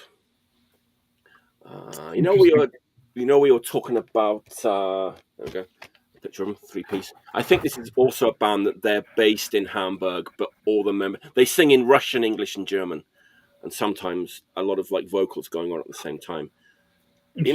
I kind of started off with the sort of small post, big punk. Okay, this is small post, big punk, bigger hardcore. So, does that make any sense? This is like kind 3 languages, 3 genres, like 3 members. Punk, but played hardcore and like kind of hardcore speeds, and also with some like old like German hardcore thrown in. So it's kind of like catchy and sing along at the same time, but also like a bit of that post in there. Very small post, but like kind of like old German hardcore mixed in with kind of contemporary like post-punk and anarcho-punk with lots of vocals, and engineered by Daniel of the Red Dons. Do you guys know that band Ego? They're on Jesus Christ. They're a band that's based in Germany. and they're a real like hard hitting like post punk band that kind of plays hardcore. They're called Ego, and they're really really good, but their records are really hard to get. But they're on kind of quite a bigger. They're on Agipunk. Oh, okay, yeah. But you just can't get. They put a record out last year, and you can't get it. It's kind of like post punk, but like so hard hitting that it's hardcore. This band kind of reminds me of that band, like just a little bit. Yeah, I'm familiar with the label. I don't know I don't think I would have remembered the name. Yeah, I think it's cover. When did that come out? Last year, and I think they're kind of a new band. Mm-hmm. They've all been in other kind of smaller bands, but I'm remembering other bands called Ego. I'd have to see it. I'm a visual person, like to see the cover. Yeah, I'm really frustrated about Ego because I loved the first Ego record. They put out another one which I listened to online, and it's amazing. And no copies made it to Japan. It's on Agipunk, which is quite a well distributed. Yeah. So I was kind of surprised when you said Agipunk, but also hard to find. Right, exactly. And I don't know what happened there. And they're a really, really great band that I talked about before, Ego. But anyway, yeah, this is like Beton WAYLT, current band from Hamburg. That's worth checking out. Nice. Yeah, I wasn't familiar with Brainwasher either, but yeah, I can't remember what else I had seen or heard on the label, but it's just such a name that sticks with you. Yes, it's a good name. It is a good name. Brainwasher. Brainwasher Records. I think they're one who washes brains. There's a record called Brainwasher, isn't there? There's a Japanese band called Headwasher. Headwasher, that's what it is. Yeah, you're right. I have that record. I bought it from your record store, John. I remember that now. There you go. Oh, we have a visitor. Who we got? Hello. What's up? How you doing? This is Murder the Cat. How you doing? I mean, priorities. You just walk in the door, you got to hang out with the girl, Oh, no doubt. You got to say hello. Hello. Good to see you. She does not like to be held. Sorry, I'm late. Everyone okay? Yeah. He's fine. So what should we do? We're on round 4. I've just shown my 4th. I listened. I popped in and out and listened on my way home. So so maybe let's have Robert show a couple of picks. Are you ready for that? Yeah. I was inspired to change my mind on the way home when Spinach was doing the Society Gang Rape record. Okay. Because you mentioned that style of Swedish, and I think it's kind of overlooked. And when he mentioned Schwarzsnö, you responded in the affirmative. So yes, love Schwarzsnö. So I pulled out the Scamfleck LP. Yeah, and it's just, you look at it, and it's just utterly ridiculous. Yeah, the cover is completely ridiculous, and as brilliant as it is ridiculous. And everybody's nodding in the affirmative, so I think everybody here knows the responsible parties. Yeah, it's and Peter from Schwarzsnö and Anton. Peter was also in Sunday Morning Einsteins with Anton, and then Rühle, who I think only goes by Magnus now. I'm not sure, but from Sunday Morning Einsteins, and Stockholm Pigs. Yeah. Things, but it's a perfect continuation of everything Peter's done. It's just like you drop the needle, and every song is new. And I feel like I'm like utterly familiar with every single thing they're doing, but none of it sounds like a rehash. None of it sounds like a continuation of anything. It just sounds like a new version of something that you already love. And it's like I instantly love the record.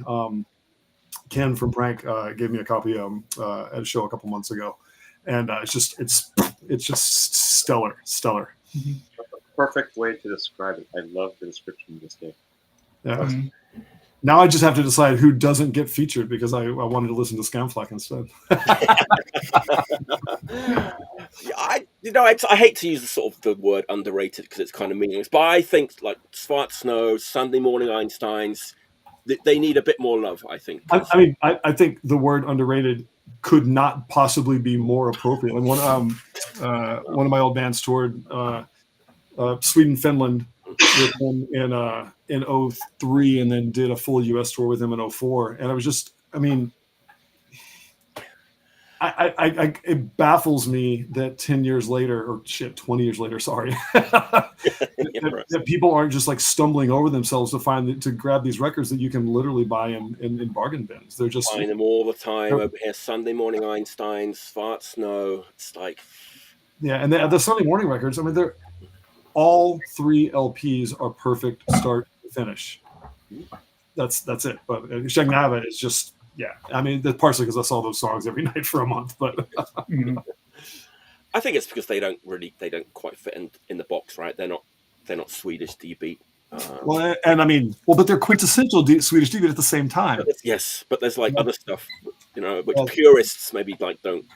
Yeah, but I mean, you want to know why people don't stumble over themselves to buy the records? Crazy cover art. You can't get past it. Look at the cover for all of the Sunday Morning LPs. I know. I mean, they do not scream what they scream. It's true. I just can't understand the fanatics. Like, if I'm a fanatic about something, I go in all directions, sussing everything out. Yeah. And it's like so like blinders on this type of Swedish hardcore. Nothing wrong with that type of Swedish hardcore. I have nothing but good things to say, but man, sometimes just look a little bit wider and find some other cool shit. Yeah, absolutely. And I mean, you were mentioning some of the records that Ken Sound Pollution did in the 90s. Mm-hmm. They're readily available. Yeah, and I mean, Three-Way Com is a perfect EP. Mm-hmm. And I mean, I don't want to say nobody cares, but nobody freaks out about it, Also, he presses like proper amounts of his records too. Mm-hmm. No, like silly, super like limited runs and stuff. So. And Ken with Prank is the same way. Like, it eliminates the mystique, but it makes it so everybody can actually have it, and which is more important. It's obviously, I think it's number 2 there. So yeah, for sure. They remind me very much of each other label-wise. I say Ken. I have to think if I'm going to say Hansford or Sanderson sometimes. That's funny. I don't know that I've ever heard Ken Sound Pollution's last name. Well, I just call him Ken Sound Pollution. Of course, it's Ken Frank and Ken Sound Pollution. Sorry, Ken, I didn't mean to give up your secret. Robert, do you want to do like another one? Straight yeah, sure. I will. Catch up. It's okay if we do things that are punk, yeah? Sure. Absolutely. Oh, there's some hesitation. Are you sure? Absolutely. Okay. All right. Cool. Pulling it out of the cover because of the glare, but it's the Max Nordile Hair Clinic, and that's Max. Where's the focus? Yeah. So Max is a Bay Area dude, but lives in Portland now. Or no, excuse me, Olympia now. Sorry. And the thing that compels me about, I just picked like an example, but it really just compels me about him is like there's a compulsion. He releases so much music and he does it constantly, and it's not always something that I love, but it's almost always compelling. It's a ton of improvisational stuff. Some of it borders on like kind of like free jazz, but maybe that's accidental more than intentional. A lot of it's just noise, and a lot of it's just like bleeps and bloops. Like participant in a series of like improvisational live concerts recorded in a park that are all released on cassettes. And I mean, you're talking about a guy who cranks out in all of his in various entities like 2 or 3 releases a month. Wow. And it's just and has been continuing, and it's continuous, and it's really awesome to like pay attention to, just kind of as an outsider. We've developed. I've met him, but now we're at the point where anytime I'm participating in something, I just send it to him, and he sends me. He doesn't send me nearly everything, but he sends me tapes just kind of on the regular, and like no letters ever involved. Actually, like no communication other than here's the thing I did, here's the thing you did. Mm-hmm. Max Nordile. He played in a band here called Uzi Suicide. And he does a lot of projects with Marissa Magic, who is in Mozart in the Bay Area, and in Girl Sperm with Layla Gibbon and some other folks. I mean, there's a bunch of other connections. Okay. Yeah, he has Max Nordau. He has Max Nordau Hair Clinic. He touches a label called Yard Sale for World Peace, all up in the Pacific Northwest, and just like it's really awesome to observe somebody who just doesn't stop. Like everything. It's as if everything that I thought, oh man, that would be a cool either a project to record or thing to do, somebody to collaborate with, somebody else's thing to release, anything that I thought, oh, that would be neat. He just does it. Wow. And it's awesome. It's cool. So yeah, Max Nordau. Cool. That's cool. That's one we've definitely not seen seen before. And I mean, it's watching some shows. It's very much out of the wheelhouse here. That's absolutely, absolutely fun. Did I miss a really cool release? Well, I'm sure that I did. I mean, I didn't know this until about 20-30 minutes before we went live, but I was talking to Kazu and he said that it was actually my first pick, and he said that it was maybe one of your favorite records from last year, which was the Rotten.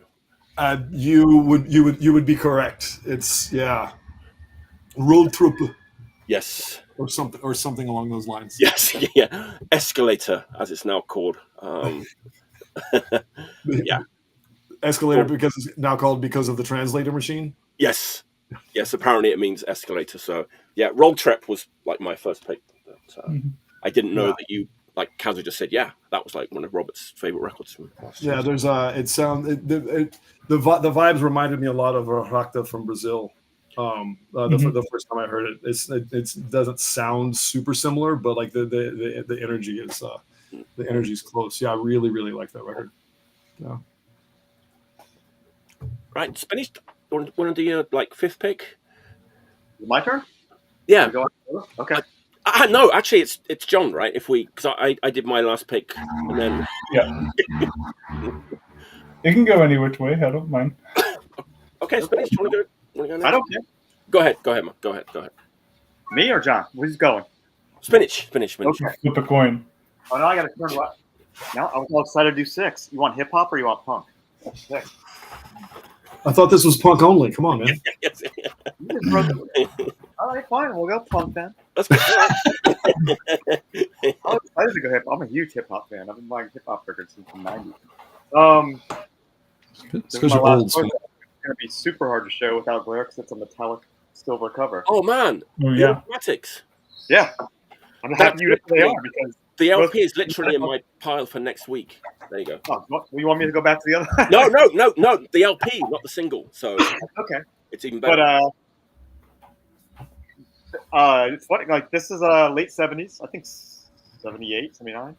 This record, as far as I know, it was their only release that came out at the time they were well, I guess they're an active band still, but back then. Otherwise, it skipped all the way to the 2000s when people started doing stuff for them again. UK band, early punk, power poppy type stuff. I have no clue how I heard about this band, but I was looking for this record forever. And 4 years ago in London, a little suburb, I found it and I snatched it. And people I was with were like, "What the hell is that?" And I was like, "Don't worry about it, it's mine." But the song "When the Tanks Roll Over," Pulling Again, that I heard it somewhere and it grabbed me and I never let go. And this record is definitely worth sussing out to try and find at some point. I don't know. I really don't know any of their other records. I know that I need to. I can't find them. They're expensive. The one that Bass did. You would know more than me. Please tell me about the audio. But like they recorded an LP. Okay. And it was recorded by like Steve Lillywhite, and it was going to come out on a major label, but it got shelved. It never came out. Like back in the day, and they played with the Sex Pistols and all that kind of thing. But like Bass Records from Japan put it out. Like so that record's their old LP. Years and years. Other things that come out since then, but that's the one that like is the Bass record just a repress of the It never came out. Like back in the day, it was shelved. It never came out, and there's a couple of versions of it with different names. Like Bass did one. There's another label which has slightly different. Like the track listing is slightly different, but. The Bass one is real nice, as you would expect from Bass Records. But it's got that same like silver cover on it. They did that on the LP too. Yeah. Okay. Yeah. Well, I'm not familiar with the band. You mentioned power pop. You described them more on the power poppy end of things, Like more power pop than punk. Kind of right in the middle. Right in the middle. It's a sweet spot. Yeah. Great place to be. I agree. Mm-hmm. I mean, put on the old YouTube or whatever and listen to when the phone again, and you'll be singing it before the end of the song, even your first time listening. You'll know the words. When you said you heard like a song and got hooked, probably relatively similar era, but White Heat, the song "Nervous Breakdown," is like similar power pop. And like, I mean, the first time I heard it, I was singing the chorus by the time the song was over, and it is like what became a favorite and is still like on a very, very, very short list. It's just totally infectious. So if Automatics or anything close to that, then I will. They're real good. I think they would have been like big if that LP had come out back in the day. That's good. We never had to listen to their shitty second record then. There's always that, yeah. Did they end and they were never done something, or they back together? That was all over. Yeah. All those other things that came out after Bass put out that record, what are those recordings?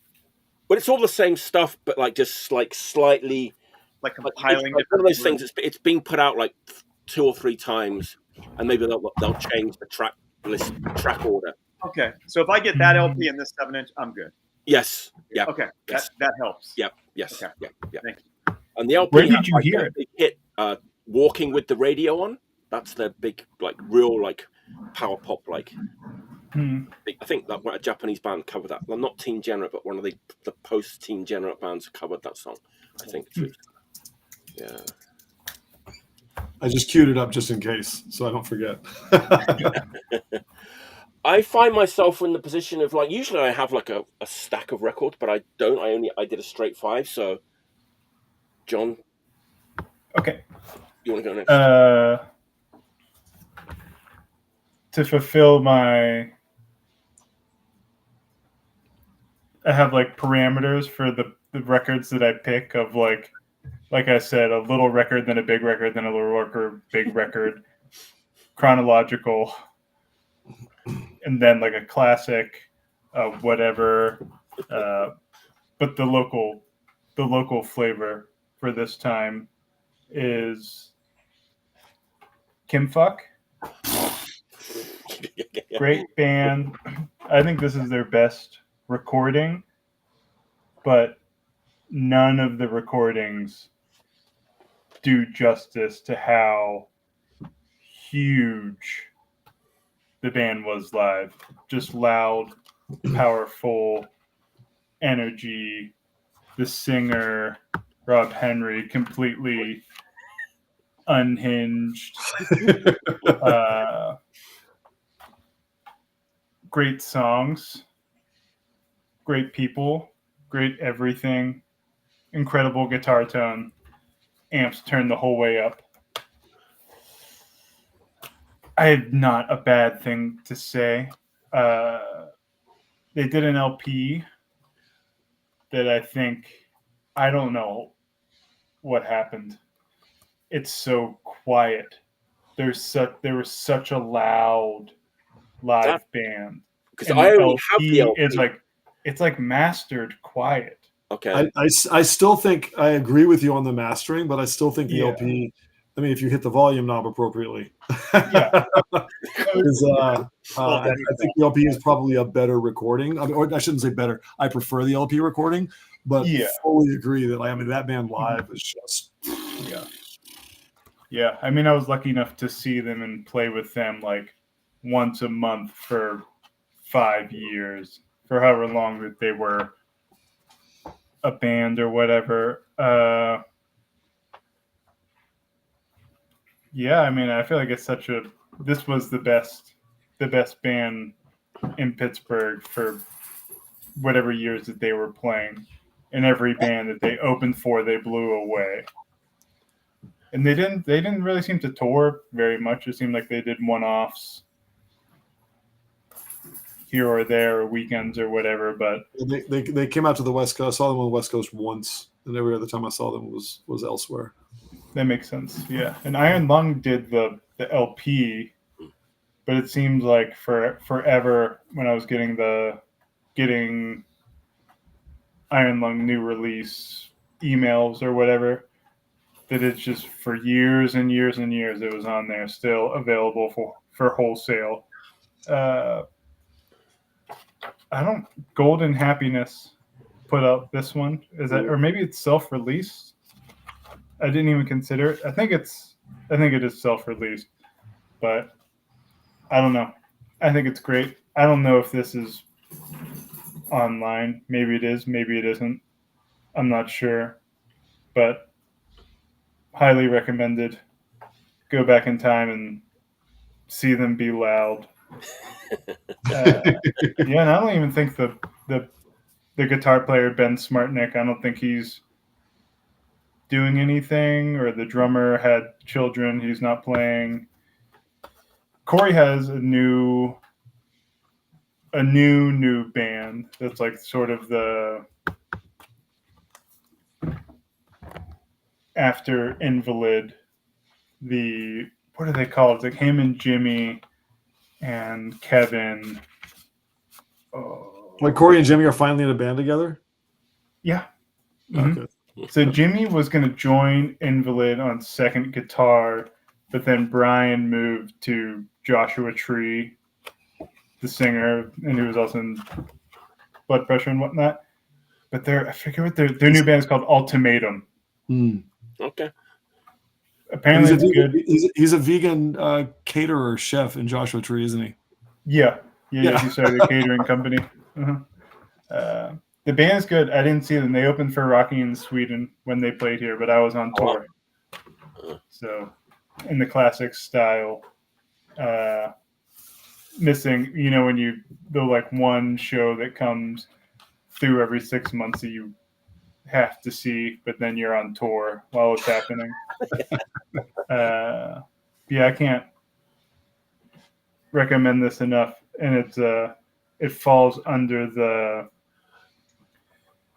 the certification of a singer singing about how terrible their life is, and then you meet the person and you're like, this person is actually going through it at all times. Rob is I've lost touch with him recently, I used to hang out in his hometown a lot. We're from the similar-ish area, like an hour east of Pittsburgh. But yeah, he's from the same town as Mr. Rogers, Latrobe, Pennsylvania. Mr. Rogers and Rolling Rock beer. And Rob. Rob Henry. And Rob Henry. Big three of, Yeah. Yeah, the LP's incredible. Absolutely. Yeah. Rob Henry would be great on this show. Been on? Oh, has he been? I didn't even real back, like episode 10 or something. Yeah. Okay. Yeah. Quite a while ago. Yeah. I love talking to him about records. It's been a while, but he was great. I really loved having him on. Actually, he was great. Yeah. All right, Robert. What's your next pick? I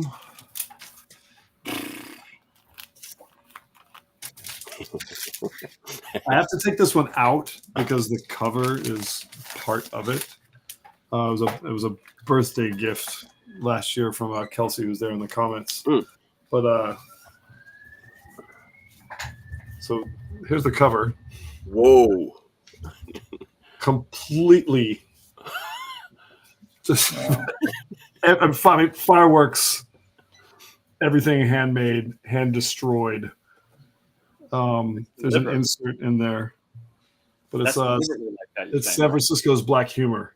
Okay. The only LP on Foul, the Fuck Ups label. And I knew the band's name, but had never seen the record. I just knew them from seeing like old Foul ads in old Maximums, but had never heard them. And didn't know anything about them. Still, actually, don't kind of know anything about them. Haven't really dug that much. I guess I'm sure there's stuff on there. But Foul was the Fuck Ups label, and that era of San Francisco, like I feel like they were pretty polarizing. Well before my time, But one of my coworkers, actually, who's a jazz guy now, went to the Rock Against Maximum Rock and Roll show with the Fuck Ups and Agnostic Front, where Notorious Barry and Nazi Terry Bash got stabbed in the street outside. But anyway, but then the first time I saw a copy of this record was at a swap at Gilman.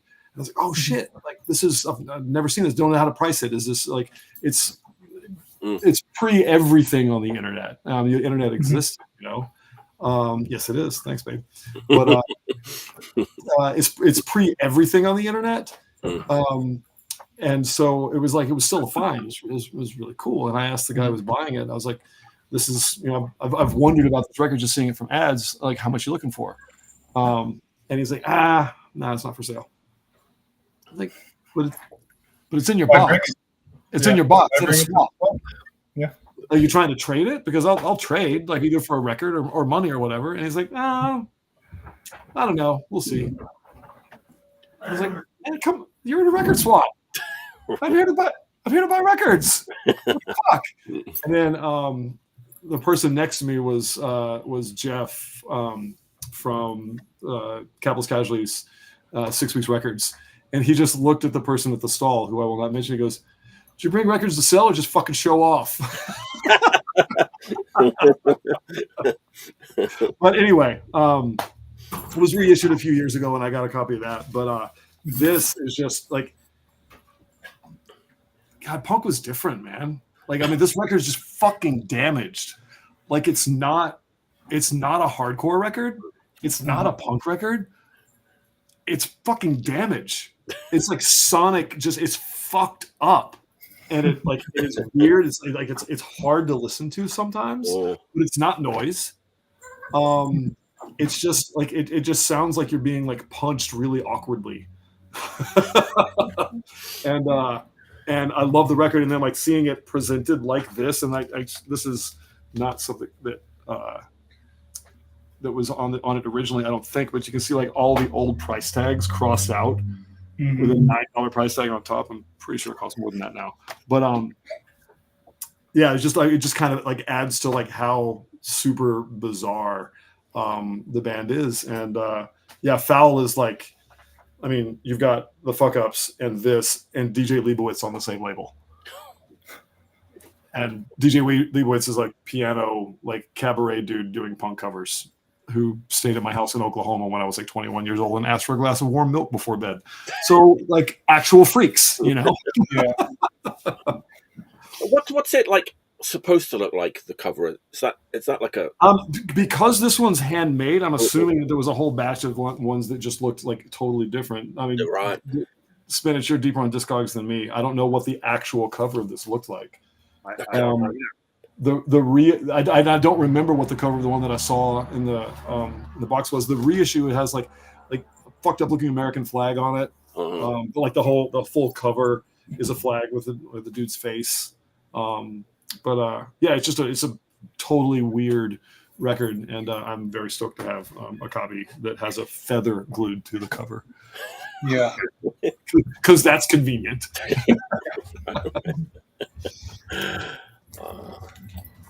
Fuck. how odd. A feather. Hey, you want to do your hip hop record? Yeah, I'll do one. Sure. Cool. So I'm a huge Cool Keith fan. I don't know that at all. So I got into this through, I bought a 12. I would buy anything that Cool Keith has touched. There's a lot of bad, but I bought a 12-inch single by this guy called AWOL1. And I was like, I don't know what this is. And through that, it led me to anything. I'm sorry. Am I not doing something wrong? No, I was pointing at my cat. He's up on a shelf. Sorry. Cat's being tall. That song, that's 12-inch single, is on this album, and it's led me to every other album this guy's put out. Unfortunately, a lot of his best ones are CD only. I'm thankfully they picked vinyl. And he also runs with a crew called the Shapeshifters. This record's got to be at least 20 years old now. It's very independent DIY. Like, I've seen him play a couple of times in Tampa and Orlando, and it's like, I don't know what it was, $5, $8 to get in, $10 free. It was like seeing a punk show. It was hip hop, LA based, kind of monotony at times, kind of not. This kind of sounds like depressed, alcohol infused at times, but very witty, political, sarcastic. The beats, no matter who's producing the record, are always very simple but very defined and very powerful, and not in a complex way, a very simple way. And man, I can't recommend it enough. Anything with over here, A1. But this is one of his classic records. It's a double LP. Where's he from? LA. Okay. Yeah, like he's a name you don't know, and then once you you see it, you'll see it with other people, and you'll be like, "Oh, yeah, I've never seen that." And there'll be different variations of the spelling of A1, or say A Walrus 1, or like really into the whole, as far as I can tell, like the graffiti, the classic hip hop scene. You know what I mean? Like everything that comes with it. What labels on it? Mean Street Records, which is I don't know the label very well, but they've done multiple releases by A1. And I don't know. I'll leave it at that. What's the year of release? I might have written it down. 2002 on that one. All right. Oh, nice. Yeah. There's one right before, but 2001 called Sold Out, spelled just like the NoFX thing with the DOUBT. That record and this record both like I don't think you could get through it once without a song or two getting really stuck in your head. It doesn't sound anything. I mean, it's never getting played on the radio. It does not mainstream hip hop at all. Yeah. Just yeah. And then like I said, there's a group called Shapeshifters, which is MC Circus and Two Mex and some other guys and other people come and go. And their last album, CD Only Again, genius, lyrically genius and hilarious at times. And just go out on a limb, try it. Leave it at that. Nice. Cool. All right, I've got a very quick bonus pick that was on my carpet. We're talking about how we used to store records on the carpet when we were kids. This one was lying around on my carpet. Okay, best Finnish punk band of all time reforms in the 90s and puts out a live record. Like, how good could it be? This Llama. It can be pretty good, right? Yeah. And this was like it was like 400 yen or something. I bought it the other day, and it's like, okay, 90s, live Llama record. Like, it can't be bad. Of course, it's fucking amazing. It's like if you ever see this and you think, recorded live like 1993, nah. I believe I bought it for $1.99 with the same mindset. It's like, just in case. I'll listen to versions of songs that I like, but they won't sound as good. Then I'll get rid of it. Right. That was exactly my train of thought too. I'm keeping it. It's like way better than you would ever expect. The energy levels are up there. The songs sound amazing. Yeah. Do not doubt Llama, one of the best Finnish or best punk bands. Do not doubt that you'll find it at a very cheap price. Same as my copy was too. Combat Rock Industries. Not sure when it came out, but it was 90s. Yeah, that's my quick bonus pick. I've seen that and passed on it. Get it. Everyone get it. Now you will never see it again. Yeah, never in my guaranteed.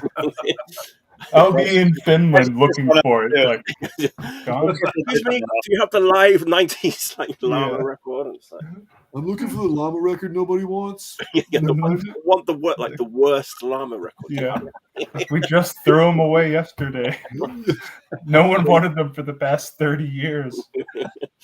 Yeah, damn. John, do you have one more, and then if you don't, it's okay. I have a bonus. Right. If you do one, then Robert does his last two, and then that should be around that should work out okay, right? I think. Yep. Yeah.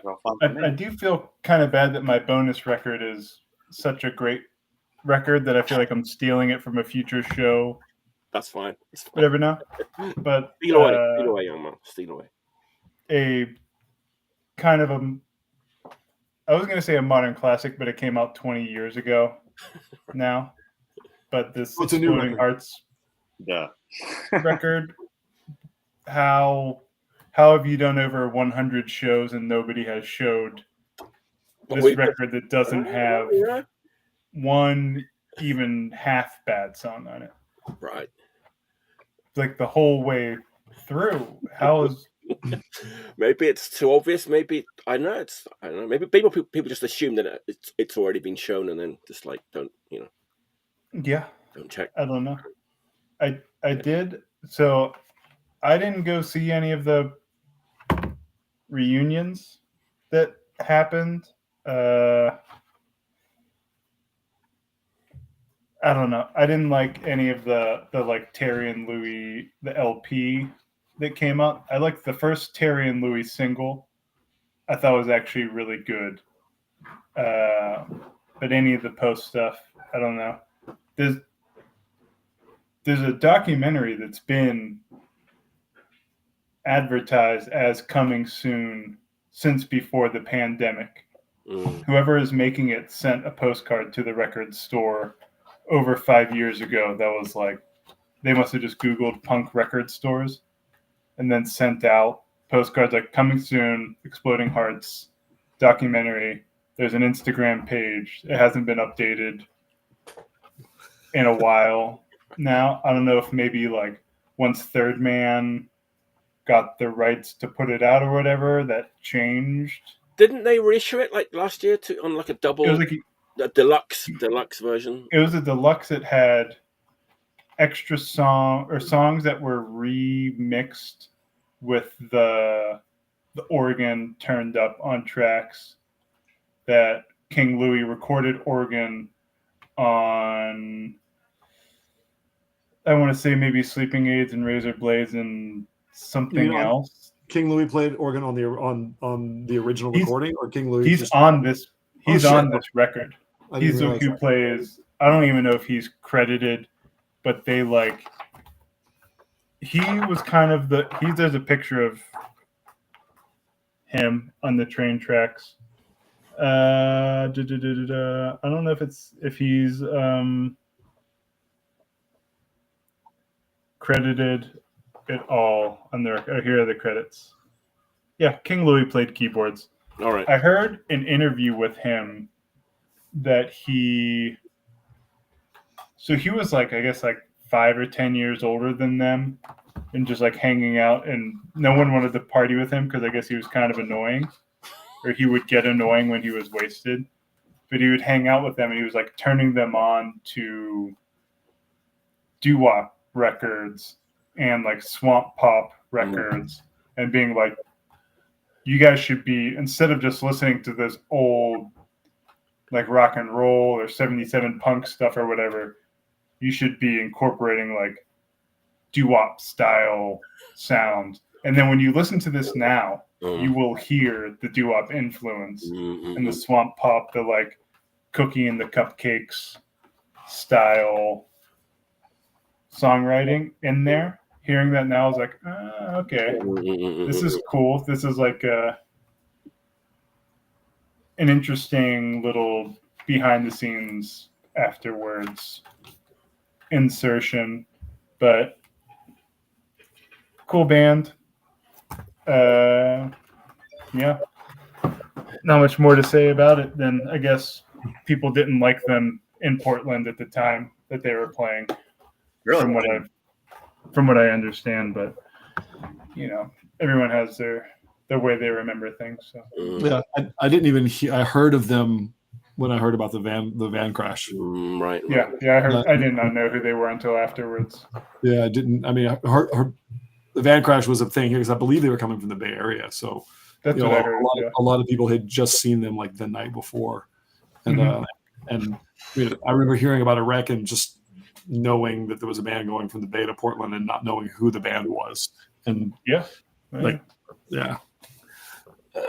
it's a crazy story. Yeah. I mean, I can't imagine it. I can't imagine there, even if the documentary is mediocre, it not being at least compelling to scores of people who don't know who they are yet, or even just haven't heard more than just the he said, she said telephone version of it. Right. But, right. I mean, when you have a compelling story and like flawless music, even if it's poorly put together, it's going to be good to watch once. At the worst. At the worst. Yeah, yeah. You know? Even like a YouTube documentary or something. Sure. I don't know. I did get I was like at some point looking up, you know, like every once in a while you'll check YouTube. I was like, I was like, I wonder if there's maybe just one live Exploding Hearts video I haven't seen on YouTube. I'll check one more time. And I looked and there was something that was like a clip and then it stops and it's the guy who uploaded the clip webcam style like this. And he was like, I uploaded this video that I found, and then the person who recorded it contacted me. They are selling DVDs of these shows. Contact them on Facebook. And I was like, fuck it. I was like, I'm gonna contact the person on Facebook. So I contact this woman on Facebook to buy the DVD. It turns out I'm talking to her. She was friends with them and would just hop in the van and ride around with them. It's just her with a handy cam taking videos of them like joking around, horseplaying on tour. She's doing like fake MTV interviews with them. Like they're all she's pretending she's a VJ from behind the camera. They're pretending they're famous. And then it's just like them playing these shows to like, you know, a drunk guy just kind of like wanders in front of the camera. It's actually really cool. I am glad that I was like, I mean, honestly, you're kind of describing the perfect YouTube documentary that should be released. Maybe you need to upload a DVD. Yeah. Well, this guy uploaded the DVD, and then maybe she sent you that postcard. She's doing the documentary. Well, here's the thing: is so the DVD is just in a case with nothing in it. I put the postcard in the front of the blank DVD, so it's like I have my own one-of-one version of it. But yeah, wow, cool, Ben. See, who knew the bonus pick would garner one of the best stories of the night? All right, Robert, you got two more records, maybe, right? I got two. Right. I've got a cassette and an LP, and and my finger's bleeding, so I'm gonna be careful. Which one first, cassette or LP? Cassette. All right. So let's just go first. The band is Criminal Asshole, and I mean, tell me you don't want to listen. Yeah, I do. Again, tell me you don't want to listen. So this is came out in 2000. They're from Indonesia, and timely because Spinach and I were just talking about Discogs did a feature on Lucas from Tiananmen '89, who, I mean, it's integral into that third world punk world in general. But a friend that I met when Conquest or Death was in Indonesia in 2008 hit me up recently, and he's just kind of downsizing. He's like, "Yeah, I got these tapes for sale. Are you interested?" And sends me a picture of like 75, 80 tapes, and I'm like enlarged and scrolling through, and I'm like, I've heard of two. Mm-hmm. So I was like, yes. He's like, which ones do you like? I was like, yes. I like all of them. I will take all of your Indonesian punk. Thank you very much. And we've since had like 2 or 3 more. He's like, I got some more. It's like, just yes. Just you don't have to ask. It's fine. But the thing that's been really, really, really fucking cool, and a lot of this stuff has ended up, not even nowhere near all of it, a lot of the stuff has ended up on the Terminal Escape blog. But like, it's not just it's the fact that it's all new is awesome.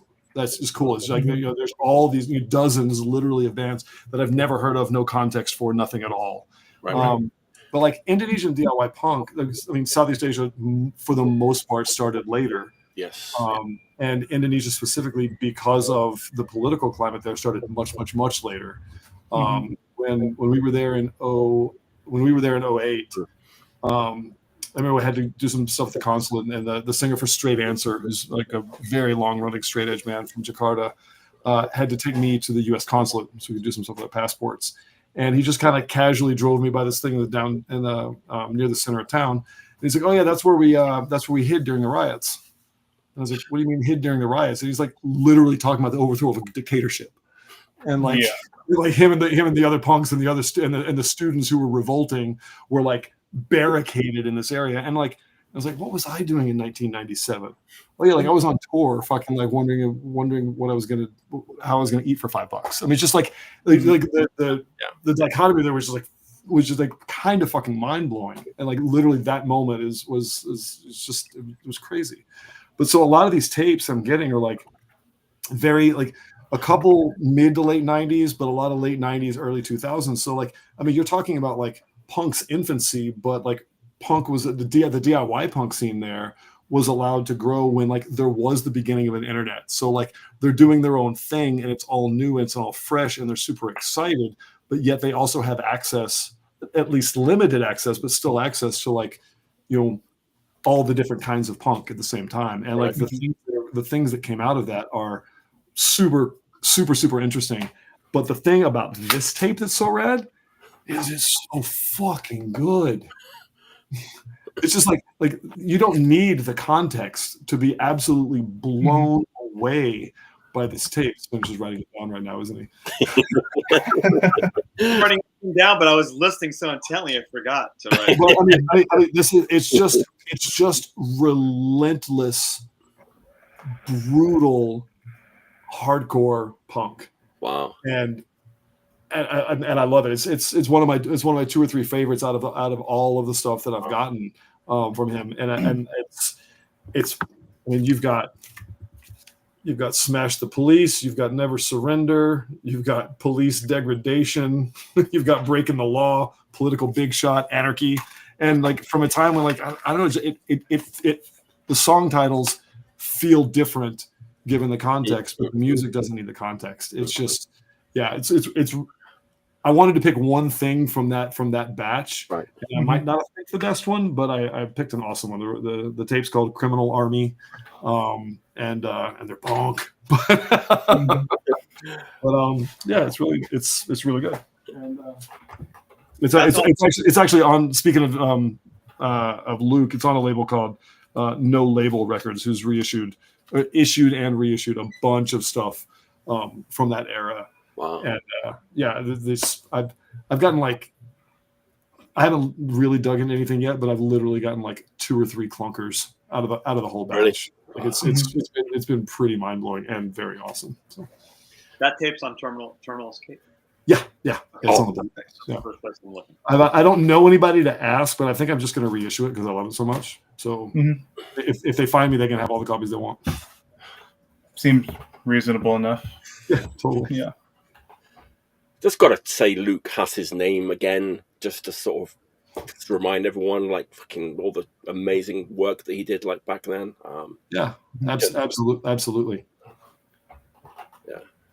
Yeah. I mean, actually, that Discogs piece is short, but the piece that Discogs just did on him is really cool. I mean, he was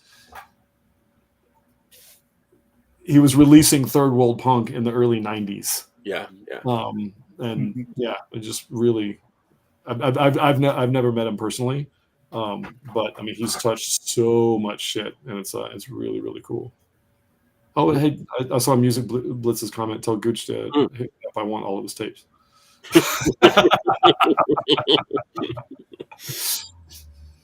All right.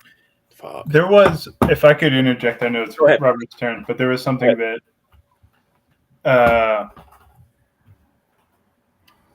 on the Peace Talks Instagram, a man from Indonesia contacted us that he wanted to do a T-shirt for us. He was like, I want to do a T-shirt and I can give you money when I make, my friend will design it, we will print it and sell it, and you can have money for it. We were like, if you let us use the design, you can do whatever you want. You don't have to give us money. This was a couple months ago, and we didn't hear from him, which is totally fine because he reached out to us, kind of forgot about it. And then last week, he messaged us. He was like, So it's like either myself or Christina respond to the messages. But he messaged us. He was like, hey, can you please help me? He was like, there is a student uprising happening, and there's a coup in the government. And Christina, I didn't see any of these messages, but Christina was like, what can I do to help? She was like, I don't know what's happening, like what he's asking for. And he was like, just spread the word that this is something that's happening. He was like, members of my family have been disappeared, and there's no media coverage on it. I tried to look up. There was news from the student uprising in March, and there was like some sort of change to policy about the power of the government, the power of the military in with the government over the people. But then his Instagram was just deleted and all the messages were gone. It was like like I said, I was like trying to look up more information about this. It just wasn't, there was like not information to be found. Like there was like press releases from the head of the government about things having nothing to do with this, and nothing about a student uprising, and nothing about like a military coup of any kind. Like I saw there was like an anarchist that came into the record store that brought like a one sheet about anarchists in Indonesia need support first from the student uprising, and but there also is like no contact info. And I was like, I would love to help. And all this kid wanted was like, he was like, please spread the word. Like we just need. He was like, only Allah can help us now, is what he said. And then it's like everything is deleted. Jesus. But I figured you were talking about Indonesia. That reminded me. I was like, well, if anyone is listening, there you go. Yeah. A couple more ears it's fallen upon. There you go. I even tried to find stuff to just like, well, I could just share something online. But there's nothing. There's nothing online. People love to repost stuff. I was like, maybe I should try Reddit, or I don't have Twitter, but maybe you can search stuff on there. I don't know. But if anyone out there is wiser than me or connected to has any other information, maybe shoot a message. That's all. I'll put it in the video description, maybe on YouTube. And yeah. Hashtags or whatever. Yeah. That's all. I figured it was my duty to say something. Absolutely. Yeah. All right, Robert. What's the last record of the day? What's it? Well, it's typical. It's a band like everybody here knows. I was in a record store in Fresno a few months ago called Raging Records, which is very good. It is good. God, it's so good. Yeah, absolutely. You guys were there this summer, right? Last summer. Mm-hmm. Yes, I was up here. It was way better than I thought it was going to be. The record store. Where did you play? Did you play with the Human guys in the? Yeah. All right, very cool. Yeah. But the record that's up here. I saw like it's hiding the cat. I saw it online. I was like, I didn't know that this had happened. I'll probably pick that up if I see it, and I did pick it up, and I was totally floored. And it's just a Husker Du record, right? Yeah. Oh, I bought that too recently. And it looks awesome. Mm-hmm.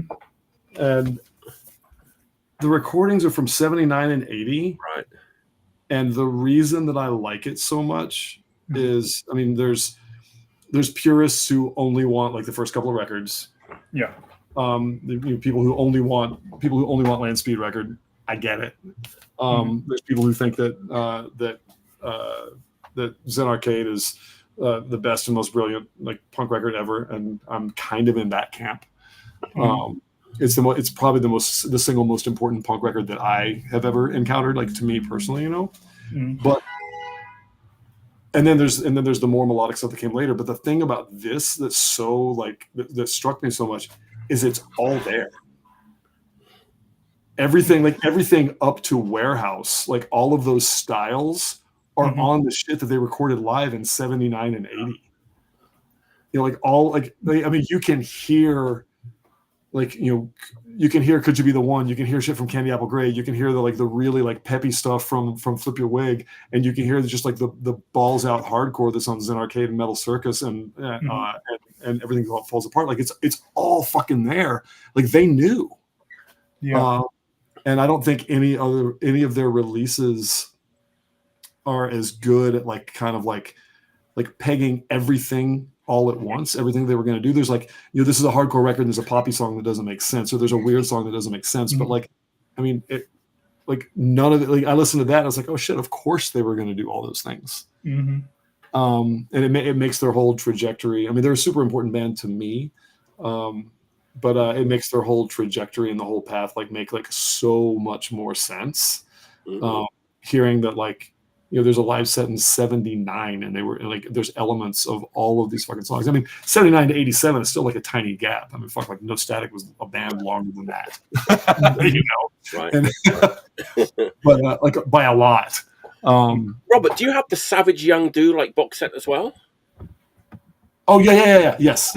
Like so, okay. So a couple of people, when I showed that, were like, "Well, yeah, if you've got the young Savage Dude, that's like you don't really need that." Blah blah blah blah. I haven't heard the box set, but like I personally enjoyed the Longhorn Tonight thing, like as a sort of document from those days. But the Savage Young Do box is also really good. There's and. It, for whatever reason, it didn't hit me as much. Oh, really? It didn't hit me in the same way. Like I love the collection of stuff, but like this one was just like this light bulb went off. Like here's the whole path spread out in front of you.